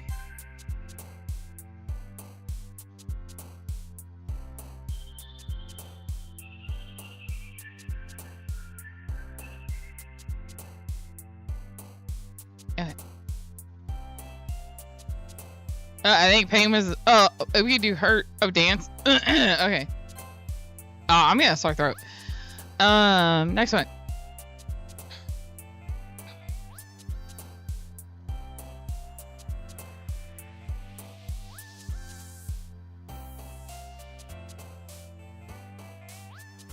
Email? Okay.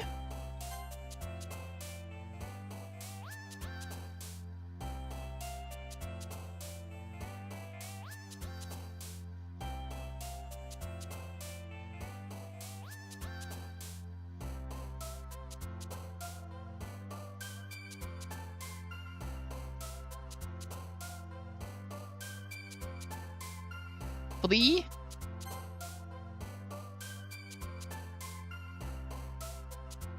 Oh, we got a lot of words to go.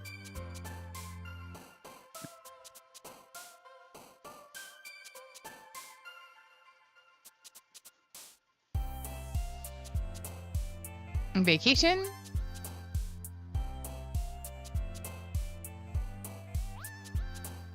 I love when you guys agree with each other. It's kind of funny.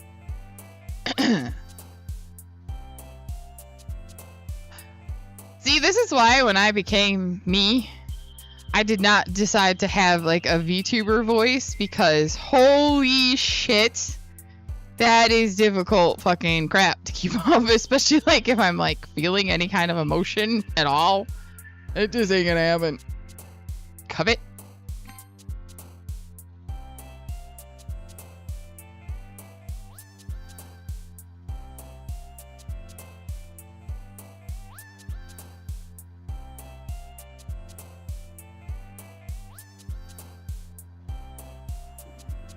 Pink, okay.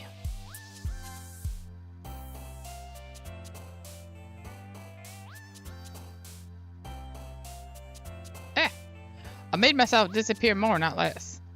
Whoop. I'm screwing myself over.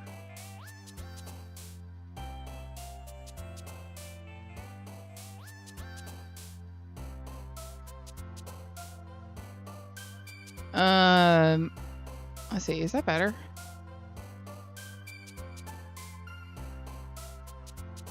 Okay, I think that's better. Desire, okay.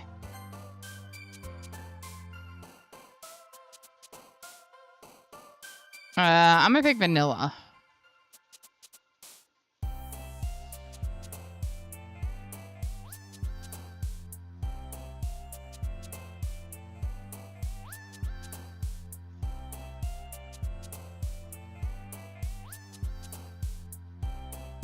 There is no way for me to get a drink without looking stupid. I keep trying and it's not working. How about we go promise? Sure, climax will come up again at some point.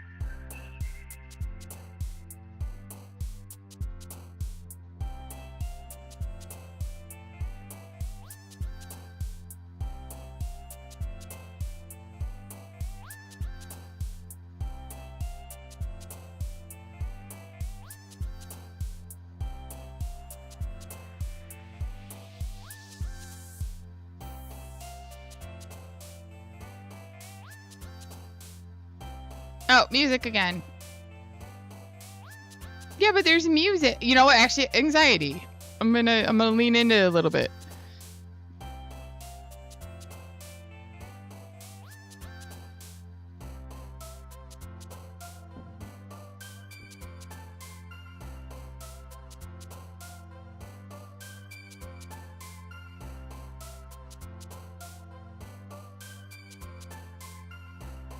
Bounty!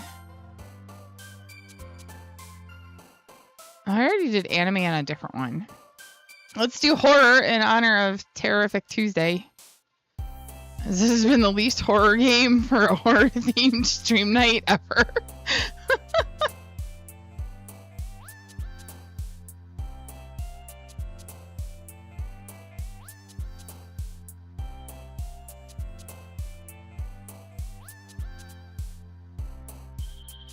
Yeah, that's true.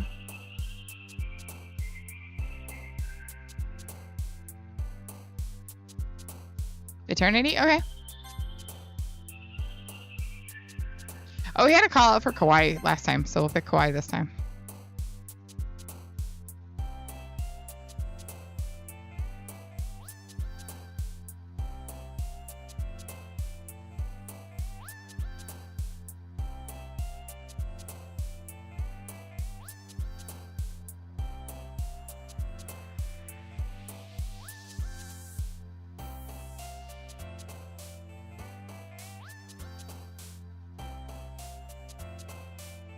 Milk, yeah. That one's kind of weird.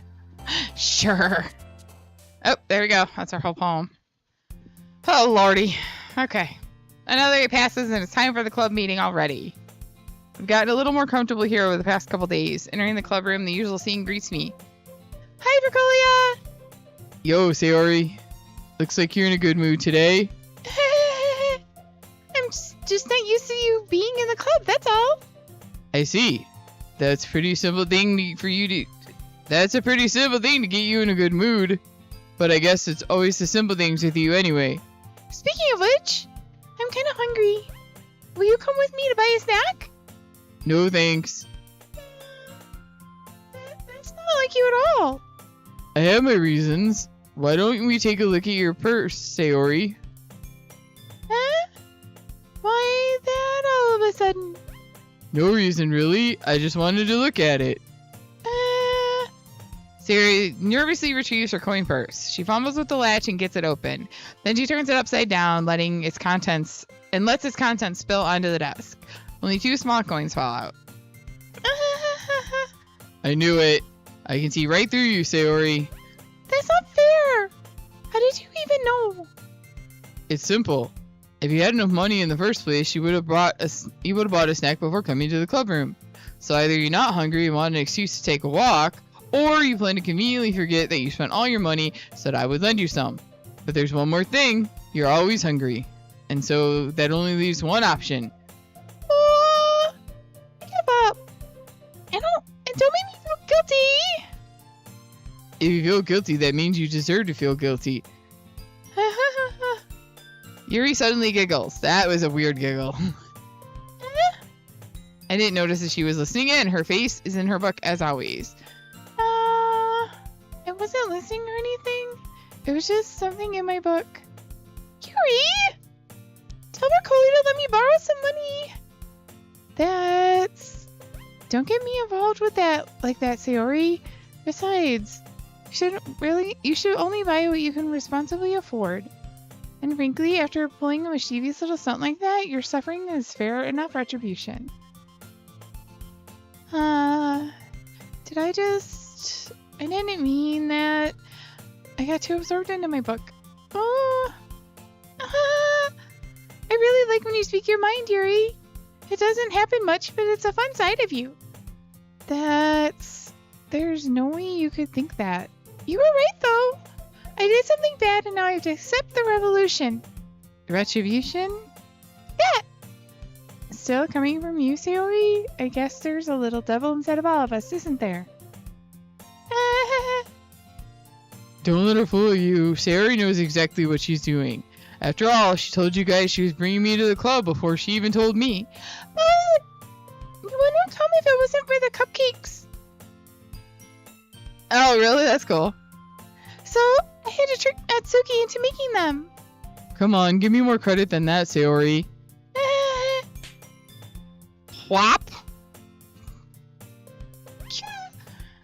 Out of nowhere, something smacks Sayori in the face and tumbles onto the deck. I cannot believe that noise just came out my face. Ow! Cookie? Sure enough, it's a giant cookie wrapped in plastic. Sayori glances around. Is this a miracle? It's because I paid my restitution. Retribution. Retribution. Wrong person. Actually, that one almost worked. I was just gonna give it to you, but then I heard you blab about the cupcakes. It was totally worth seeing your reaction, though. Natsuki, that's so nice of you. I'm so happy. Sayori hugs the cookie. Jeez, just eat it. Sayori rapidly tears open the wrapper and takes a big bite. So good. Sayori suddenly clasps her hands over her mouth. You're going through a lot over just one cookie. Natsuki takes a bite of her own cookie. Yours looks really good too, Natsuki. Can I try it? Jeez. Beggars can't be choosers. But yours is chocolate. Yeah, why do you think I gave you that one? Fine. Still, I'm really happy that you shared this one with me. I don't even know anymore what the hell is gonna come out. Sayori gets out of her seat and goes behind Natsuki, then wraps her arms around her. Ah, jeez. I get it. Cookie still in hand, Natsuki reaches up to nudge Sayori off her. Sayori suddenly leans down and takes a bite out of Natsuki's cookie. Hey! Did you seriously just do that? Mouthful of Sayori trots away to safety. Yuri and I laugh as well. Jeez, you're such a kid sometimes. Monica, can you tell Sayori?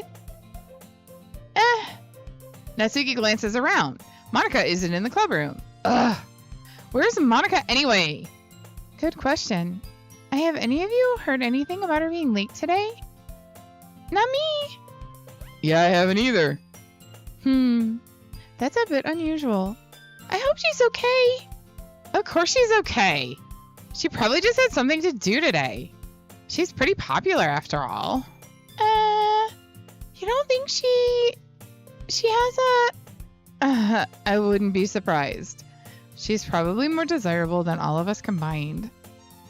That's true. Excuse me? Huh. Suddenly the door swings open. Sorry, I'm super sorry. There you are. I didn't mean to be late. I hope you guys aren't worried or anything. Monica chose the club over her boyfriend after all.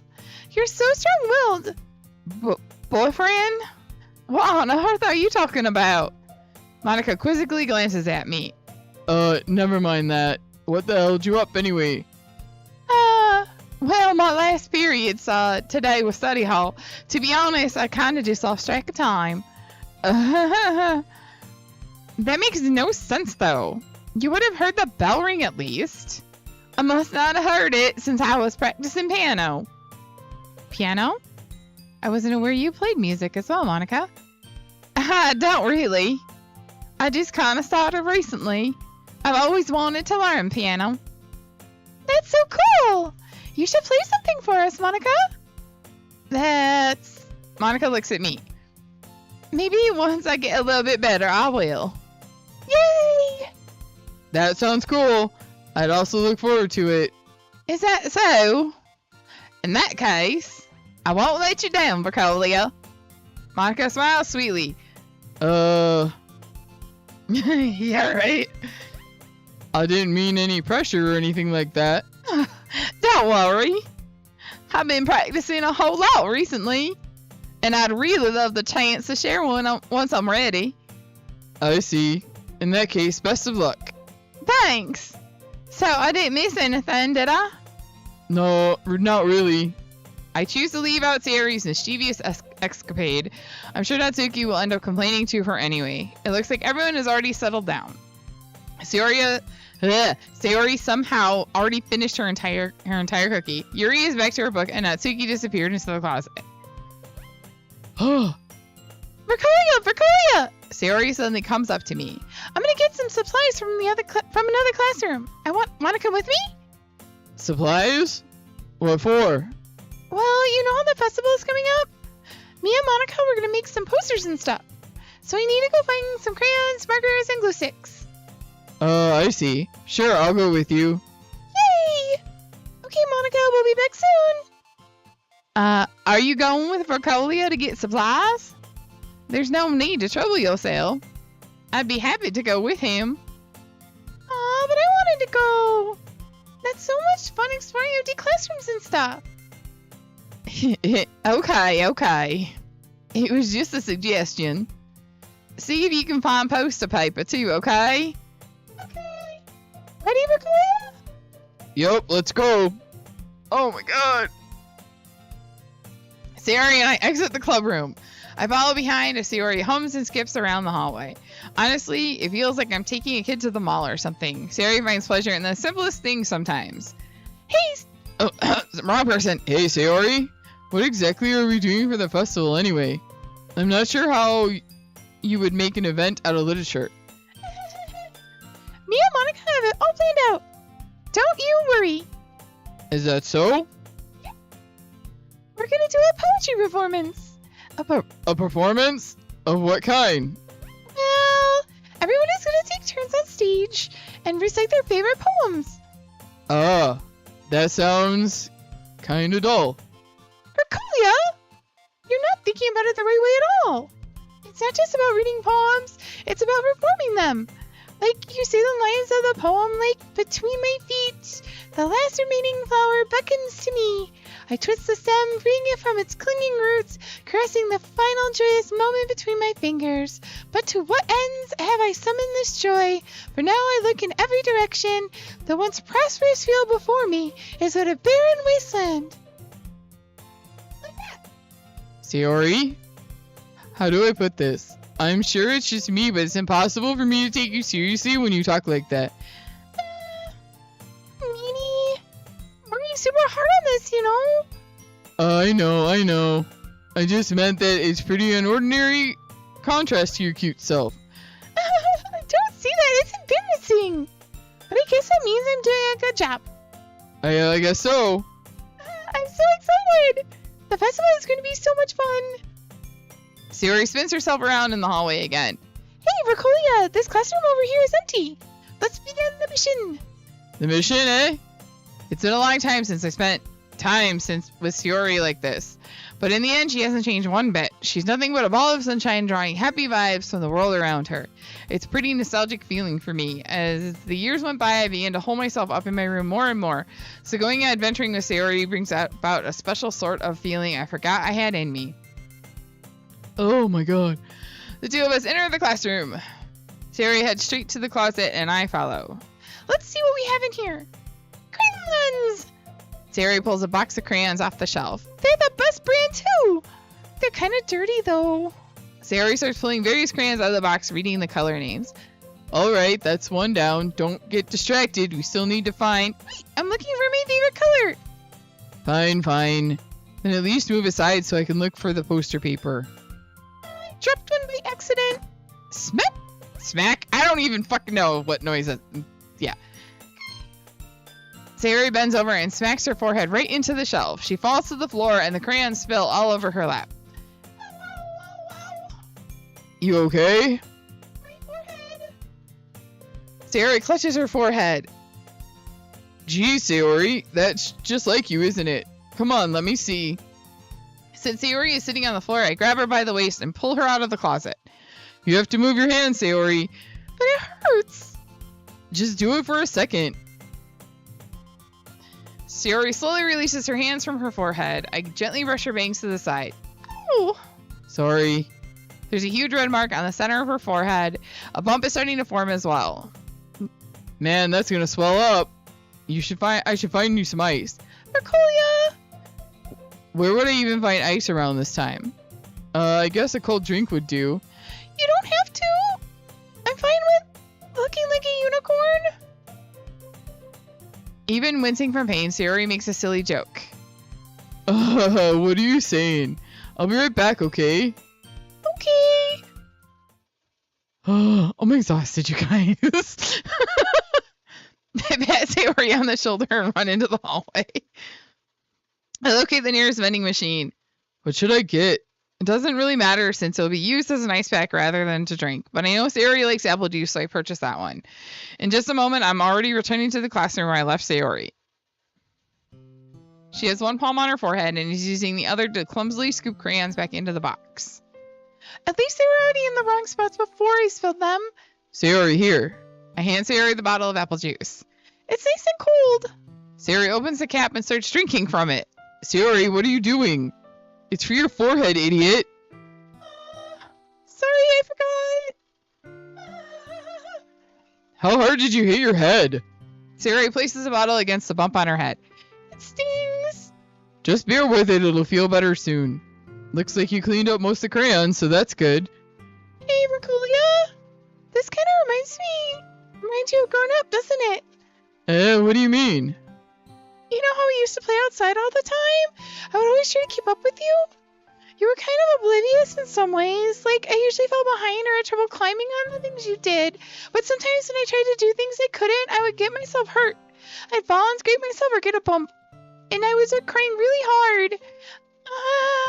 And you would rush over as quick as you could. And you would try really hard to get me to stop crying. It was almost like you blamed yourself and were afraid of getting in trouble if someone found out. Even though it really wasn't your fault at all, you know? Did I really do that? Yeah, you don't remember? Come to think of it, maybe I do remember a bit. I guess I was always so focused on my games that I didn't pay enough attention to you. So in a way, it was my fault. Kinda like this time too. If I wasn't rushing you out of the closet, you probably wouldn't have hit your head. Mercolia, I don't think you realize it, but you're always thinking about other people. Even after all these years. You're rushing to help me, even though I'm just being clumsy. You're really a sweetheart. Don't call me that. And I don't really do this kind of thing all the time. I guess when it comes to you, it just feels natural. Before I even know it, I'm treating you like that. I guess that's what happens when you've been friends for so long. Really? Maybe you're right. Mercolia, I'm so glad that nothing changed between us. Do you think it'll be like this forever? Forever? If I'm honest to myself, there's no telling where we'll end up for college or after that, so it wouldn't be fair of me to make any promises. But, well, I hope so.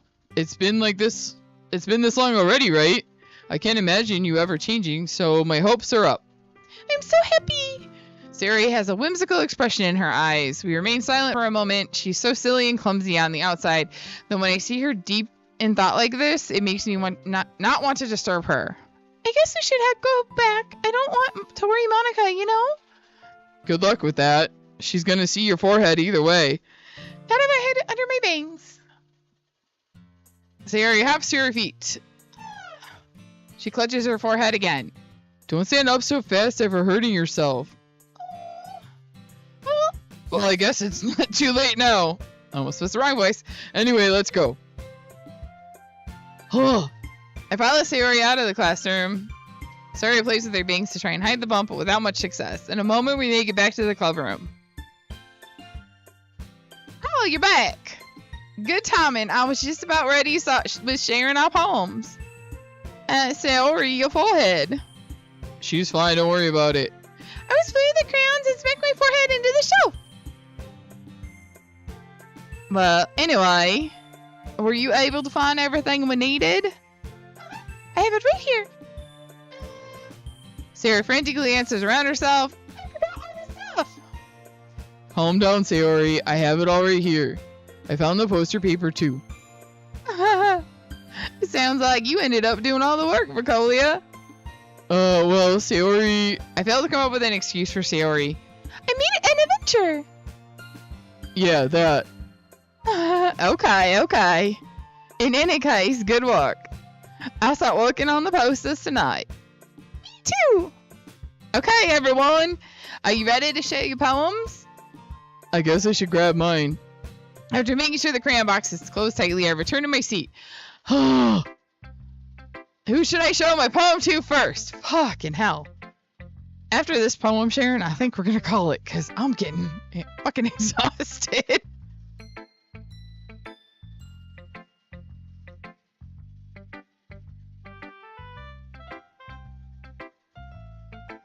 Which I know I'm probably quitting before the good part, blah, blah, blah, but...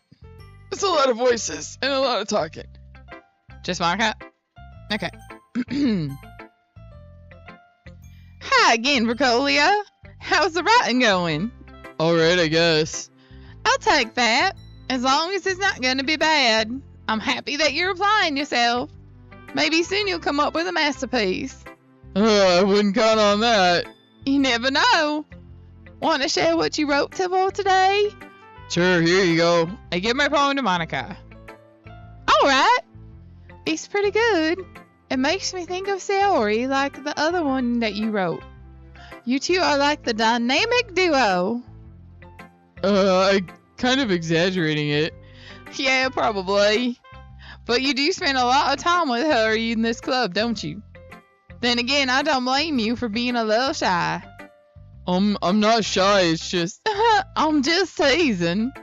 I know it takes a bit of time to make friends with everyone. But Yuri and Natsuki are super interesting people, so don't be afraid to give them their share of time. And you can talk to me every now and then, too. I'm not, like, unapproachable or anything, am I? No, it's nothing like that. I'm just still getting used to being here, that's all. Yeah. I'm sorry if I was putting pressure on you or something. I really didn't mean it like that. No, don't worry. I get what you're saying. Well, alright. But anyway, you want to read my poem now? I like the way this one turned out, so I hope you do too. Alright, let's take a look. The things I do for you people. Save me. The colors, they won't stop. Bright, beautiful colors, flashing, expanding, piercing, red, green, blue, an endless cacophony of meaningless noise. Cacophony? Anyways, the noise that won't stop. Violent, grating waveforms, squeaking, screeching, piercing, sine, cosine, tangent, like playing a chalkboard on a turntable, like playing a vinyl on a pizza crust. An endless poem of meaningless... Load me. That's weird. It's even more abstract than your last one, huh? I guess it's just the way I write. I'm sorry if you don't like it. No, I never said that. It's just kind of a thing I never really seen before, I guess. Hey, boo-boo! What the fuck? I kind of like playing with my space on the paper. Choosing where and how to space your words can totally change the mood of a poem. It's almost like magic. The way I wrote the lines really short makes it feel like they're trying to speak over the noise. I see. It's so hard for me to tell what it's about, though. Sometimes asking what a poem is about isn't the right question. A poem can be as abstract as a physical expression of a feeling, or a conversation with the reader. So putting it that way, not every poem is about something. Anyway, here's Monica's writing tip of the day. Sometimes you'll find yourself facing a difficult decision. When that happens, don't forget to save your game. You'll never know when you might change your mind, or when something unexpected may happen. Wait, is this tip even about writing? What am I even talking about? That's my advice for today. Thanks for listening. Holy hell. Alright, next one. Instead of showing my poem, do next. Ugh. Was I supposed to save, like, now? Is that why she was... There, I saved. Return? Okay, Sayori, Natsuki, or Yuri?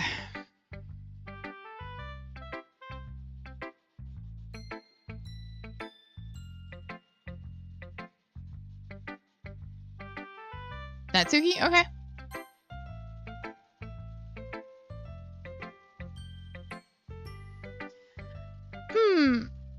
Well, it really any worse than your last one, but I can't really say it's any better either. Phew. Phew what? Well, anything that isn't a train wreck, I'll take as a win. And I get the feeling you're probably the most critical. Hey, what makes you... Wait, maybe that wasn't a compliment. Glad to see someone recognizes my experience. Well then, keep practicing and maybe you'll be as good as me someday. That's, something tells me Natsuki completely missed the point. Come to think of it, this kind of reminds me of Sayori's poem from yesterday. You think so? Yeah, well, I guess if you've been friends with her for so long, you might be on the same wavelength. But you never really struck me as her type. Sayori has a type all of a sudden? Well, I don't know. Honestly, how can someone so fluffy spend so much time with someone like you? It's like she's dragging around a dead weight. That was a little unnecessary. But I think of it this way. If it weren't for me, she would probably just fly away like letting go of a balloon. You could say we take care of each other in our own way. Whatever it is, I don't get it. Oh, yeah, I guess I'm supposed to show you my poem. Here. Amy likes spiders. You know what I heard about Amy? Amy likes spiders. Icky, wriggly, hairy, ugly spiders. That's why I'm not friends with her. Amy has a cute singing voice. I heard her singing my favorite love song. Every time she sang the chorus, my heart would pound to the rhythm of the words. But she likes spiders. That's why I'm not friends with her. One time I hurt my leg really bad. Amy helped me up and took me to the nurse. I tried not to let her touch me. She likes spiders, so her hands are probably gross. That's why I'm not friends with her. This is not a poem. This is a fucking essay on why she hates Amy. Because of Amy's spider fetish. Amy has a lot of friends. I always see her talking to people. She probably talks about spiders. What if her friends start to like spiders too? That's why I'm not friends with her. It doesn't matter if she had her lovers. I'm going to tell everyone. Not bad, right? It's quite a bit longer than yesterday's. Yesterday's was way too short. I was just warming up. I hope you didn't think that was the best I could do. No, of course not. Anyway, the message is pretty straightforward in this poem. I doubt I have to explain it. Sometimes you can explain complicated issues with much simpler analogies. And it helps people realize just how stupid they're being. Like, anyone would agree with the subject of this poem is an ignorant jerk. Do you know people like that? Of course, it's how everyone thinks That doesn't matter. It can be about anything. I wrote it to be easy to relate to. Everyone has some kind of weird hobby or guilty pleasure. Something that makes you afraid if people find out they make fun of you or think less of you. But that just makes people stupid. Who cares what someone likes, as long as they're not hurting anyone and it makes them happy? I think people really need to respect others for liking weird things. Well, you're definitely right. At least I can relate to that. And I'm sure a lot of other people can too. It's what I do best after all. I don't like writing unless there's a good message to take away from it. Like, conveying emotions is important. But I want to make people think, not just feel. Remember that. I'm going to write a good one for tomorrow too, so look forward to it. Oh, okay. Sayori or Yuri?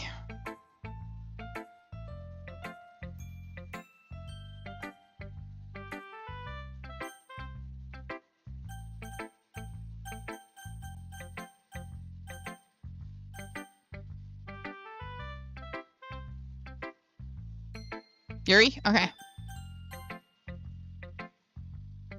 Let's see what you've written for today. Well done, Vercolia. Your skills are already improving. Really? Thanks, Yuri. Coming from you, that means a lot. It's nothing. I'm just happy to help inspire fellow writers. I know you're new to this, so don't worry so much if it seems like you can't get your poem to feel perfect.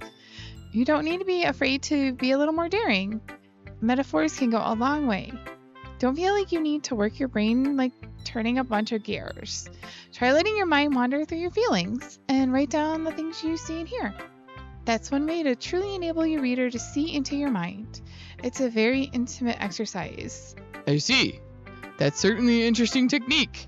Thanks for sharing. I have, well, an example of that if you'd like to read it. Of course. Is this the poem you wrote for today? Yuri nods and timidly hands me her poem. The raccoon. It happened in the dead of the night while I was slicing bread for a guilty snack. My attention was caught by the scuttering of a raccoon outside my window. That was, I believe, the first time I noticed my strange tendencies as an unordinary human. I gave the raccoon a piece of bread, my subconscious well aware of the consequences, well aware that a raccoon that is fed will always come back for more. The enticing beauty of my cutting knife was the symptom. The bread, my hungry curiosity, the raccoon, an urge. The moon increments its phase and reflects that much more light off my cutting knife. The very same light that glistens in the eyes of my raccoon friend. I slice the bread, fresh and soft. The raccoon becomes excited. Or perhaps I'm merely projecting my emotions onto the newly satisfied animal. The raccoon has taken to following me. You could say we've gotten quite used to each other. The raccoon becomes hungry more and more frequently, so my bread is always handy. Every time I brandish my cutting knife, the raccoon shows me its excitement. A rush of blood, a classic Pavlovian conditioning. I slice the bread and feed myself again. Think Yuri's got some issues. I was a little more daring with this one than yesterday's. I can see that. It's a lot more metaphorical. I don't know if it's my fault, but I can't begin to imagine what this poem is about. That's right. It's a bit closer to my preferred writing style, using the poem as a canvas to express vivid imagery and conveying emotions through them. Yeah, if I take it at face value, then I can't figure out what it's supposed to mean. But, well, I think it's something that different people can relate to in their own way. I wanted to express the way it feels for me to indulge in my more unusual hobbies. It's those sorts of things I usually force to keep to myself. So sometimes I enjoy writing about them. Huh, that's funny. Didn't Natsuki also write something about that? About someone being ridiculed for strange interests? She did? Yeah. She was talking about how it doesn't matter what you're into as long as you're not hurting anybody. She's right. I mean, does she really feel that way? Yeah. Sounds like you two have a lot in common. That's interesting.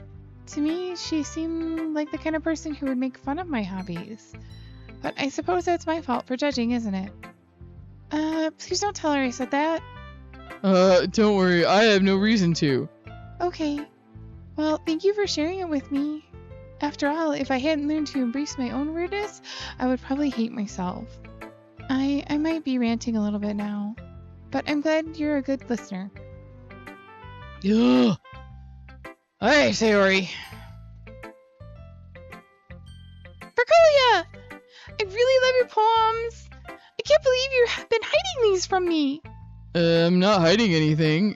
But your poems are so good. Yesterday's and this one too. You can't tell me you haven't done this before. I mean, you're really the only one who feels that way, so... Huh? No way. Not even Natsuki? Well, I guess Natsuki is the least likely to admit how much she likes something. But I don't think it's that. What do you mean? Well, I guess I'll be honest about it. It's a lot easier to write poems when I'm thinking about you.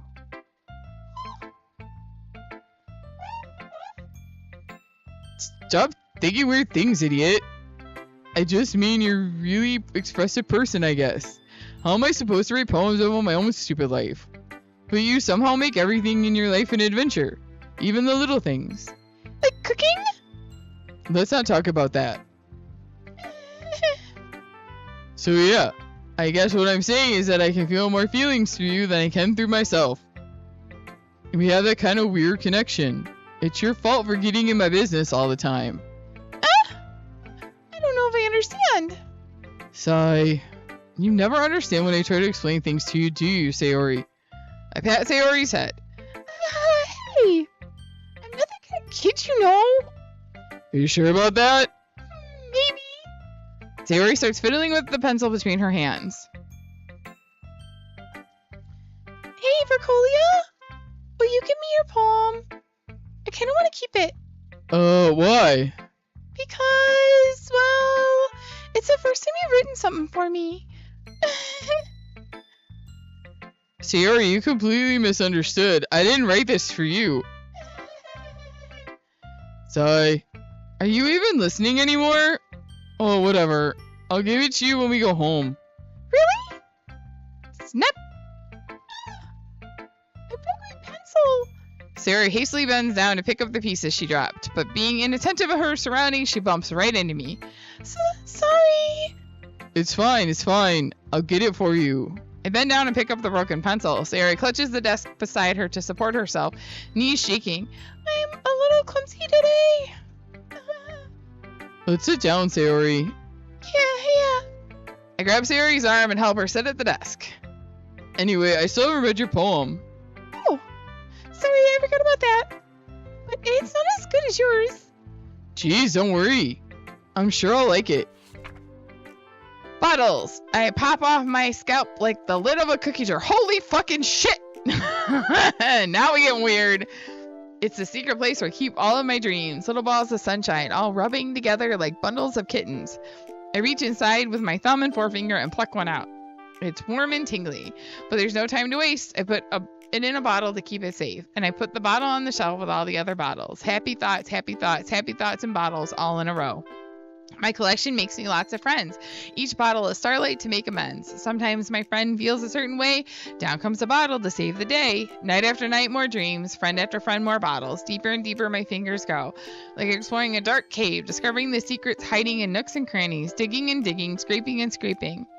I blow dust off my bottle caps. It doesn't feel like time elapsed.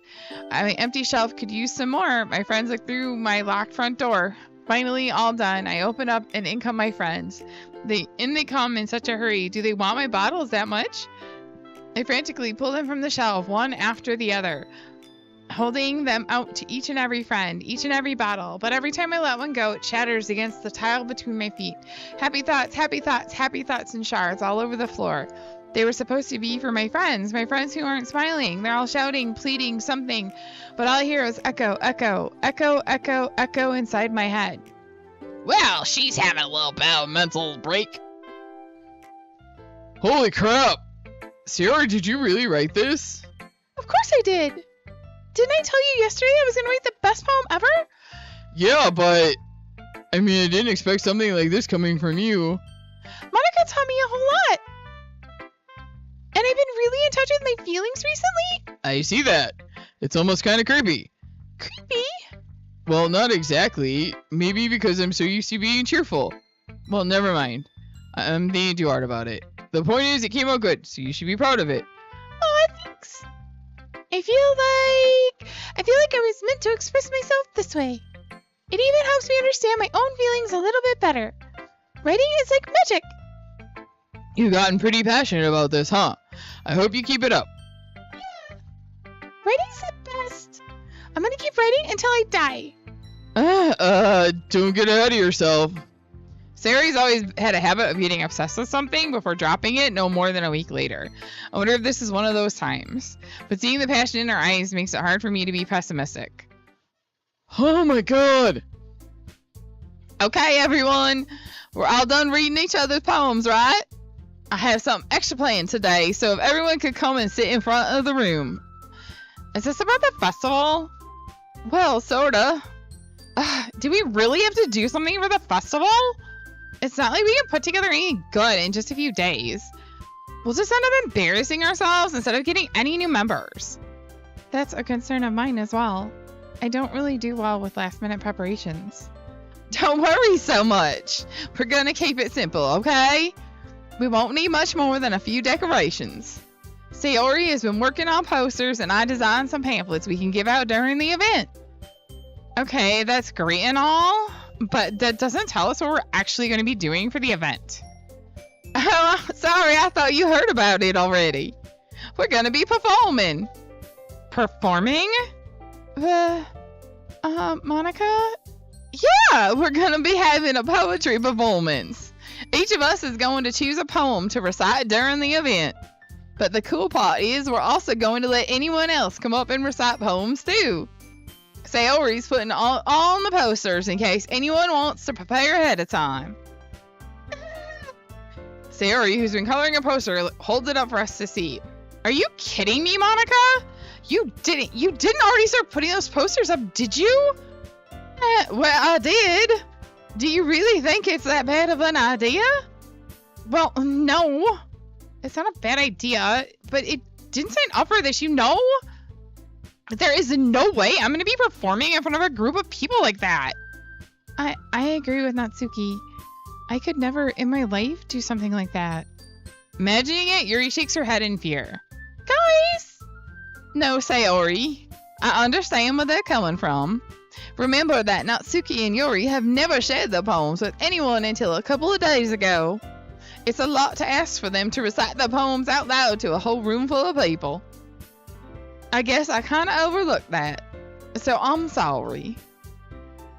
But I still think we should give it our best. We're the only ones responsible for the fate of this club. If we start the event and each put on a good performance, then it will inspire others to do the same. And the more people who perform, the better we'll be able to show everyone what literature is all about. Yeah! It's about expressing your feelings, being intimate with yourself, finding new horizons, and having fun. That's right. And it's those reasons why we're all in this club today. Don't you want to share that with others? To inspire them to find the same feelings that brought you here in the first place? I know you do. I know we all do. And if all it takes is standing in front of the room for 2 minutes and reciting a poem, then I know you can do it. Natsuki and Yuri remain silent. Sayori looks worried. I guess that leaves me no choice. I agree. I don't think it's too much to ask. I think that Sayori and Monica have been trying really hard to get new members. The least we can do is help them out a little bit. Well, maybe, but it looks like Natsuki doesn't have any arguments left. Okay, fine. I guess I'll just have to get over with it. Over with. All right. Phew. Thanks, Natsuki. What about you, Yuri? Yuri dejectedly glances around at everyone else's expectant faces. Sigh. I guess I don't really have a choice. Everyone! You're the best, Yuri! This club is seriously going to be the death of me. Oh gosh, you'll be fine, Yuri. But anyway, let's move on to the main event. I want each of you to choose a poem of yours. We're gonna practice reciting them in front of each other. No way!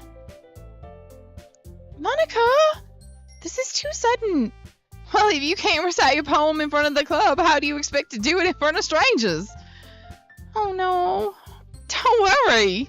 I'll start off to help everyone feel a little more comfortable. Can I go next? Of course. Now, let's see.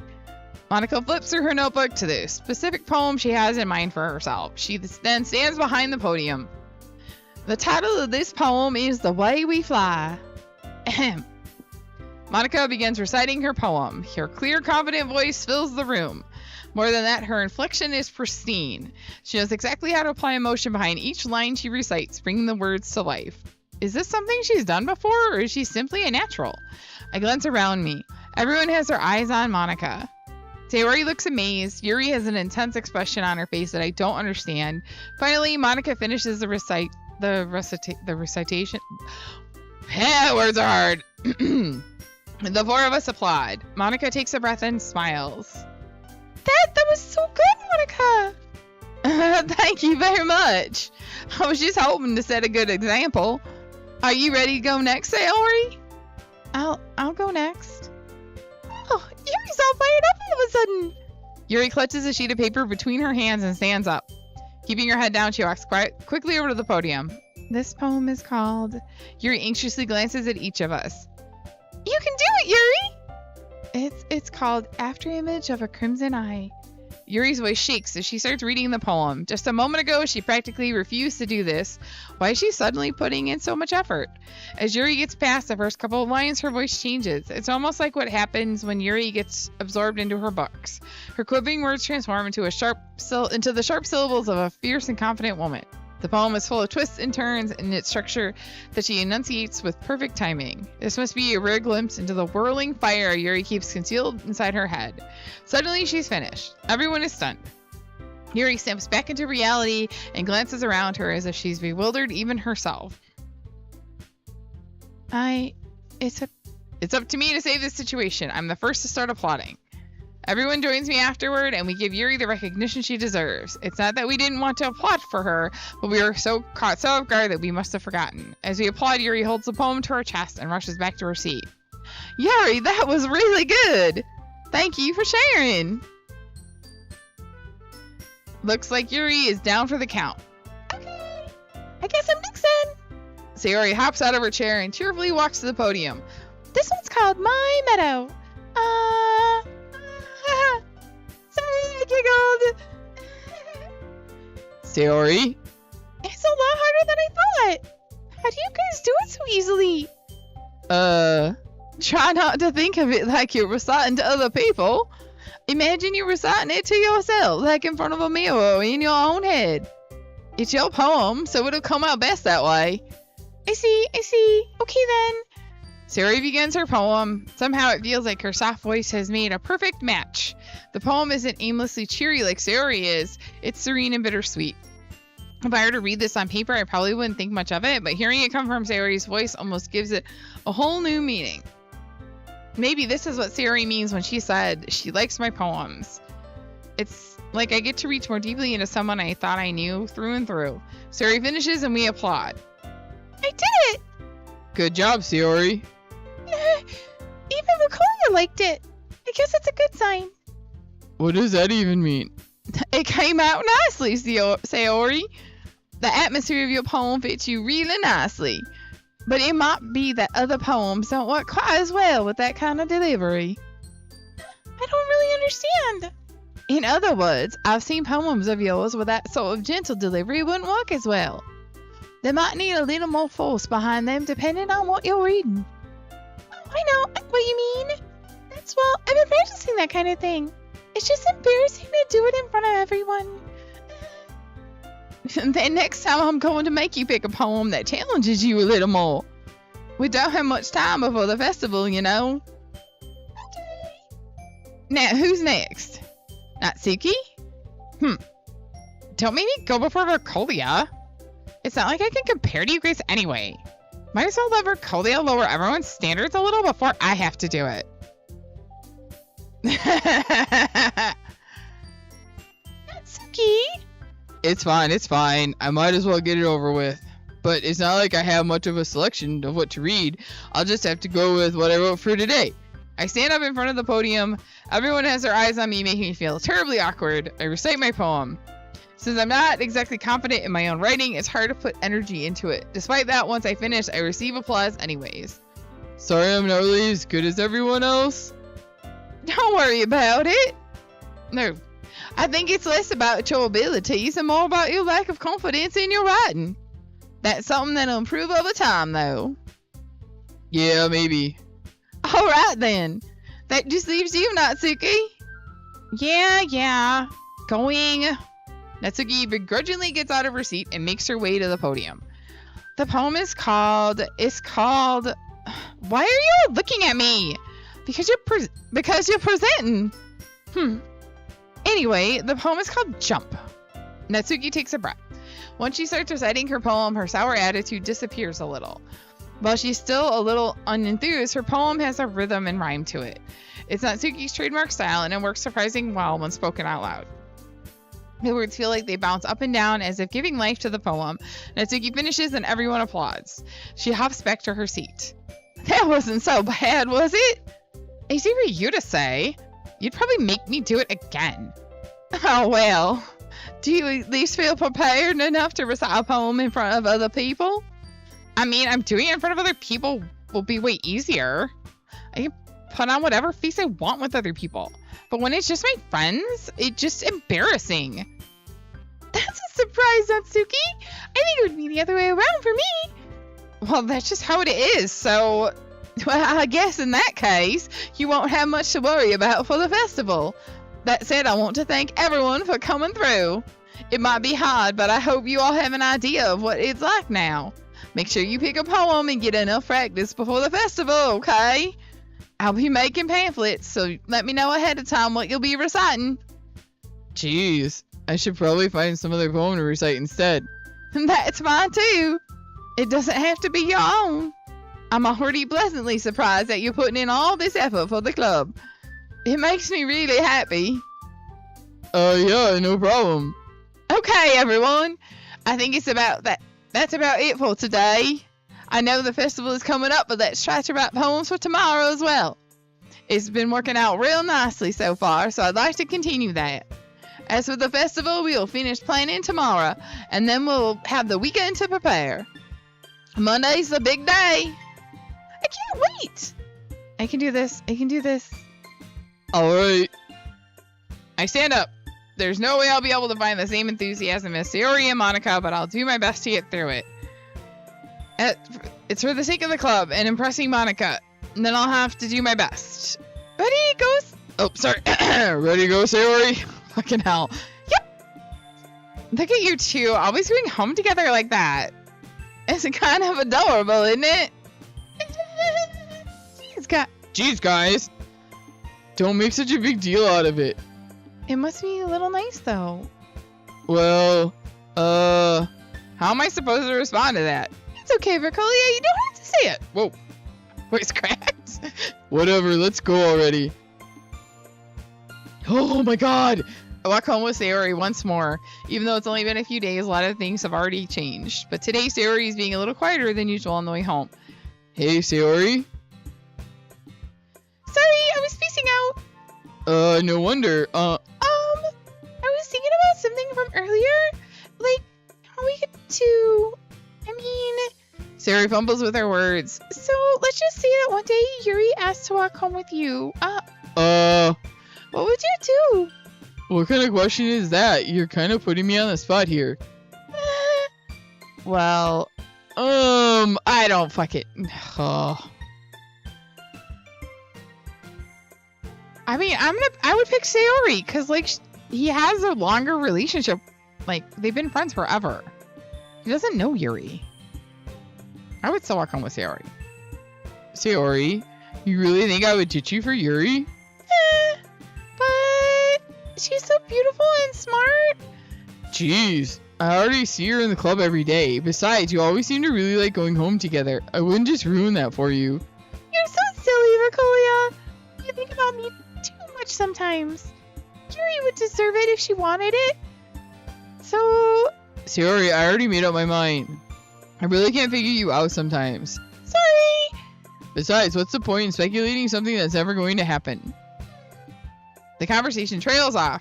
It's kind of a weird thing for Sayori to care about so much about, but I want to respect her and keep her happy too. Then again, the festival is only a few days away. Who knows what'll happen in that time? And fucking with that, we're gonna save here and call it a night because, like, my voice cannot do their voices anymore. So we are going to save. So, well, that was unexpected. I know probably nobody was... You never expect Doki Doki. Like, DDLC out of nowhere. So yeah, that was fun. I'll make sure Feeder is working so we can do it next Tuesday. And I will see you guys Thursday for Game Bites. We are going to make satisfying... I know, I will. We can do it on Saturday. Anyways, Thursday Game Bites, we're going to make satisfying salad, and then we're going to play Genshin. And then probably Saturday, we will come back to Doki Doki so that you guys can listen to my horrible voice work as I continue to voice the 5 people in the story. And we see them just completely disintegrate. But anyways, have a wonderful evening. Thank you all for hanging out with me. It was super fun. And I will see you later. Bye.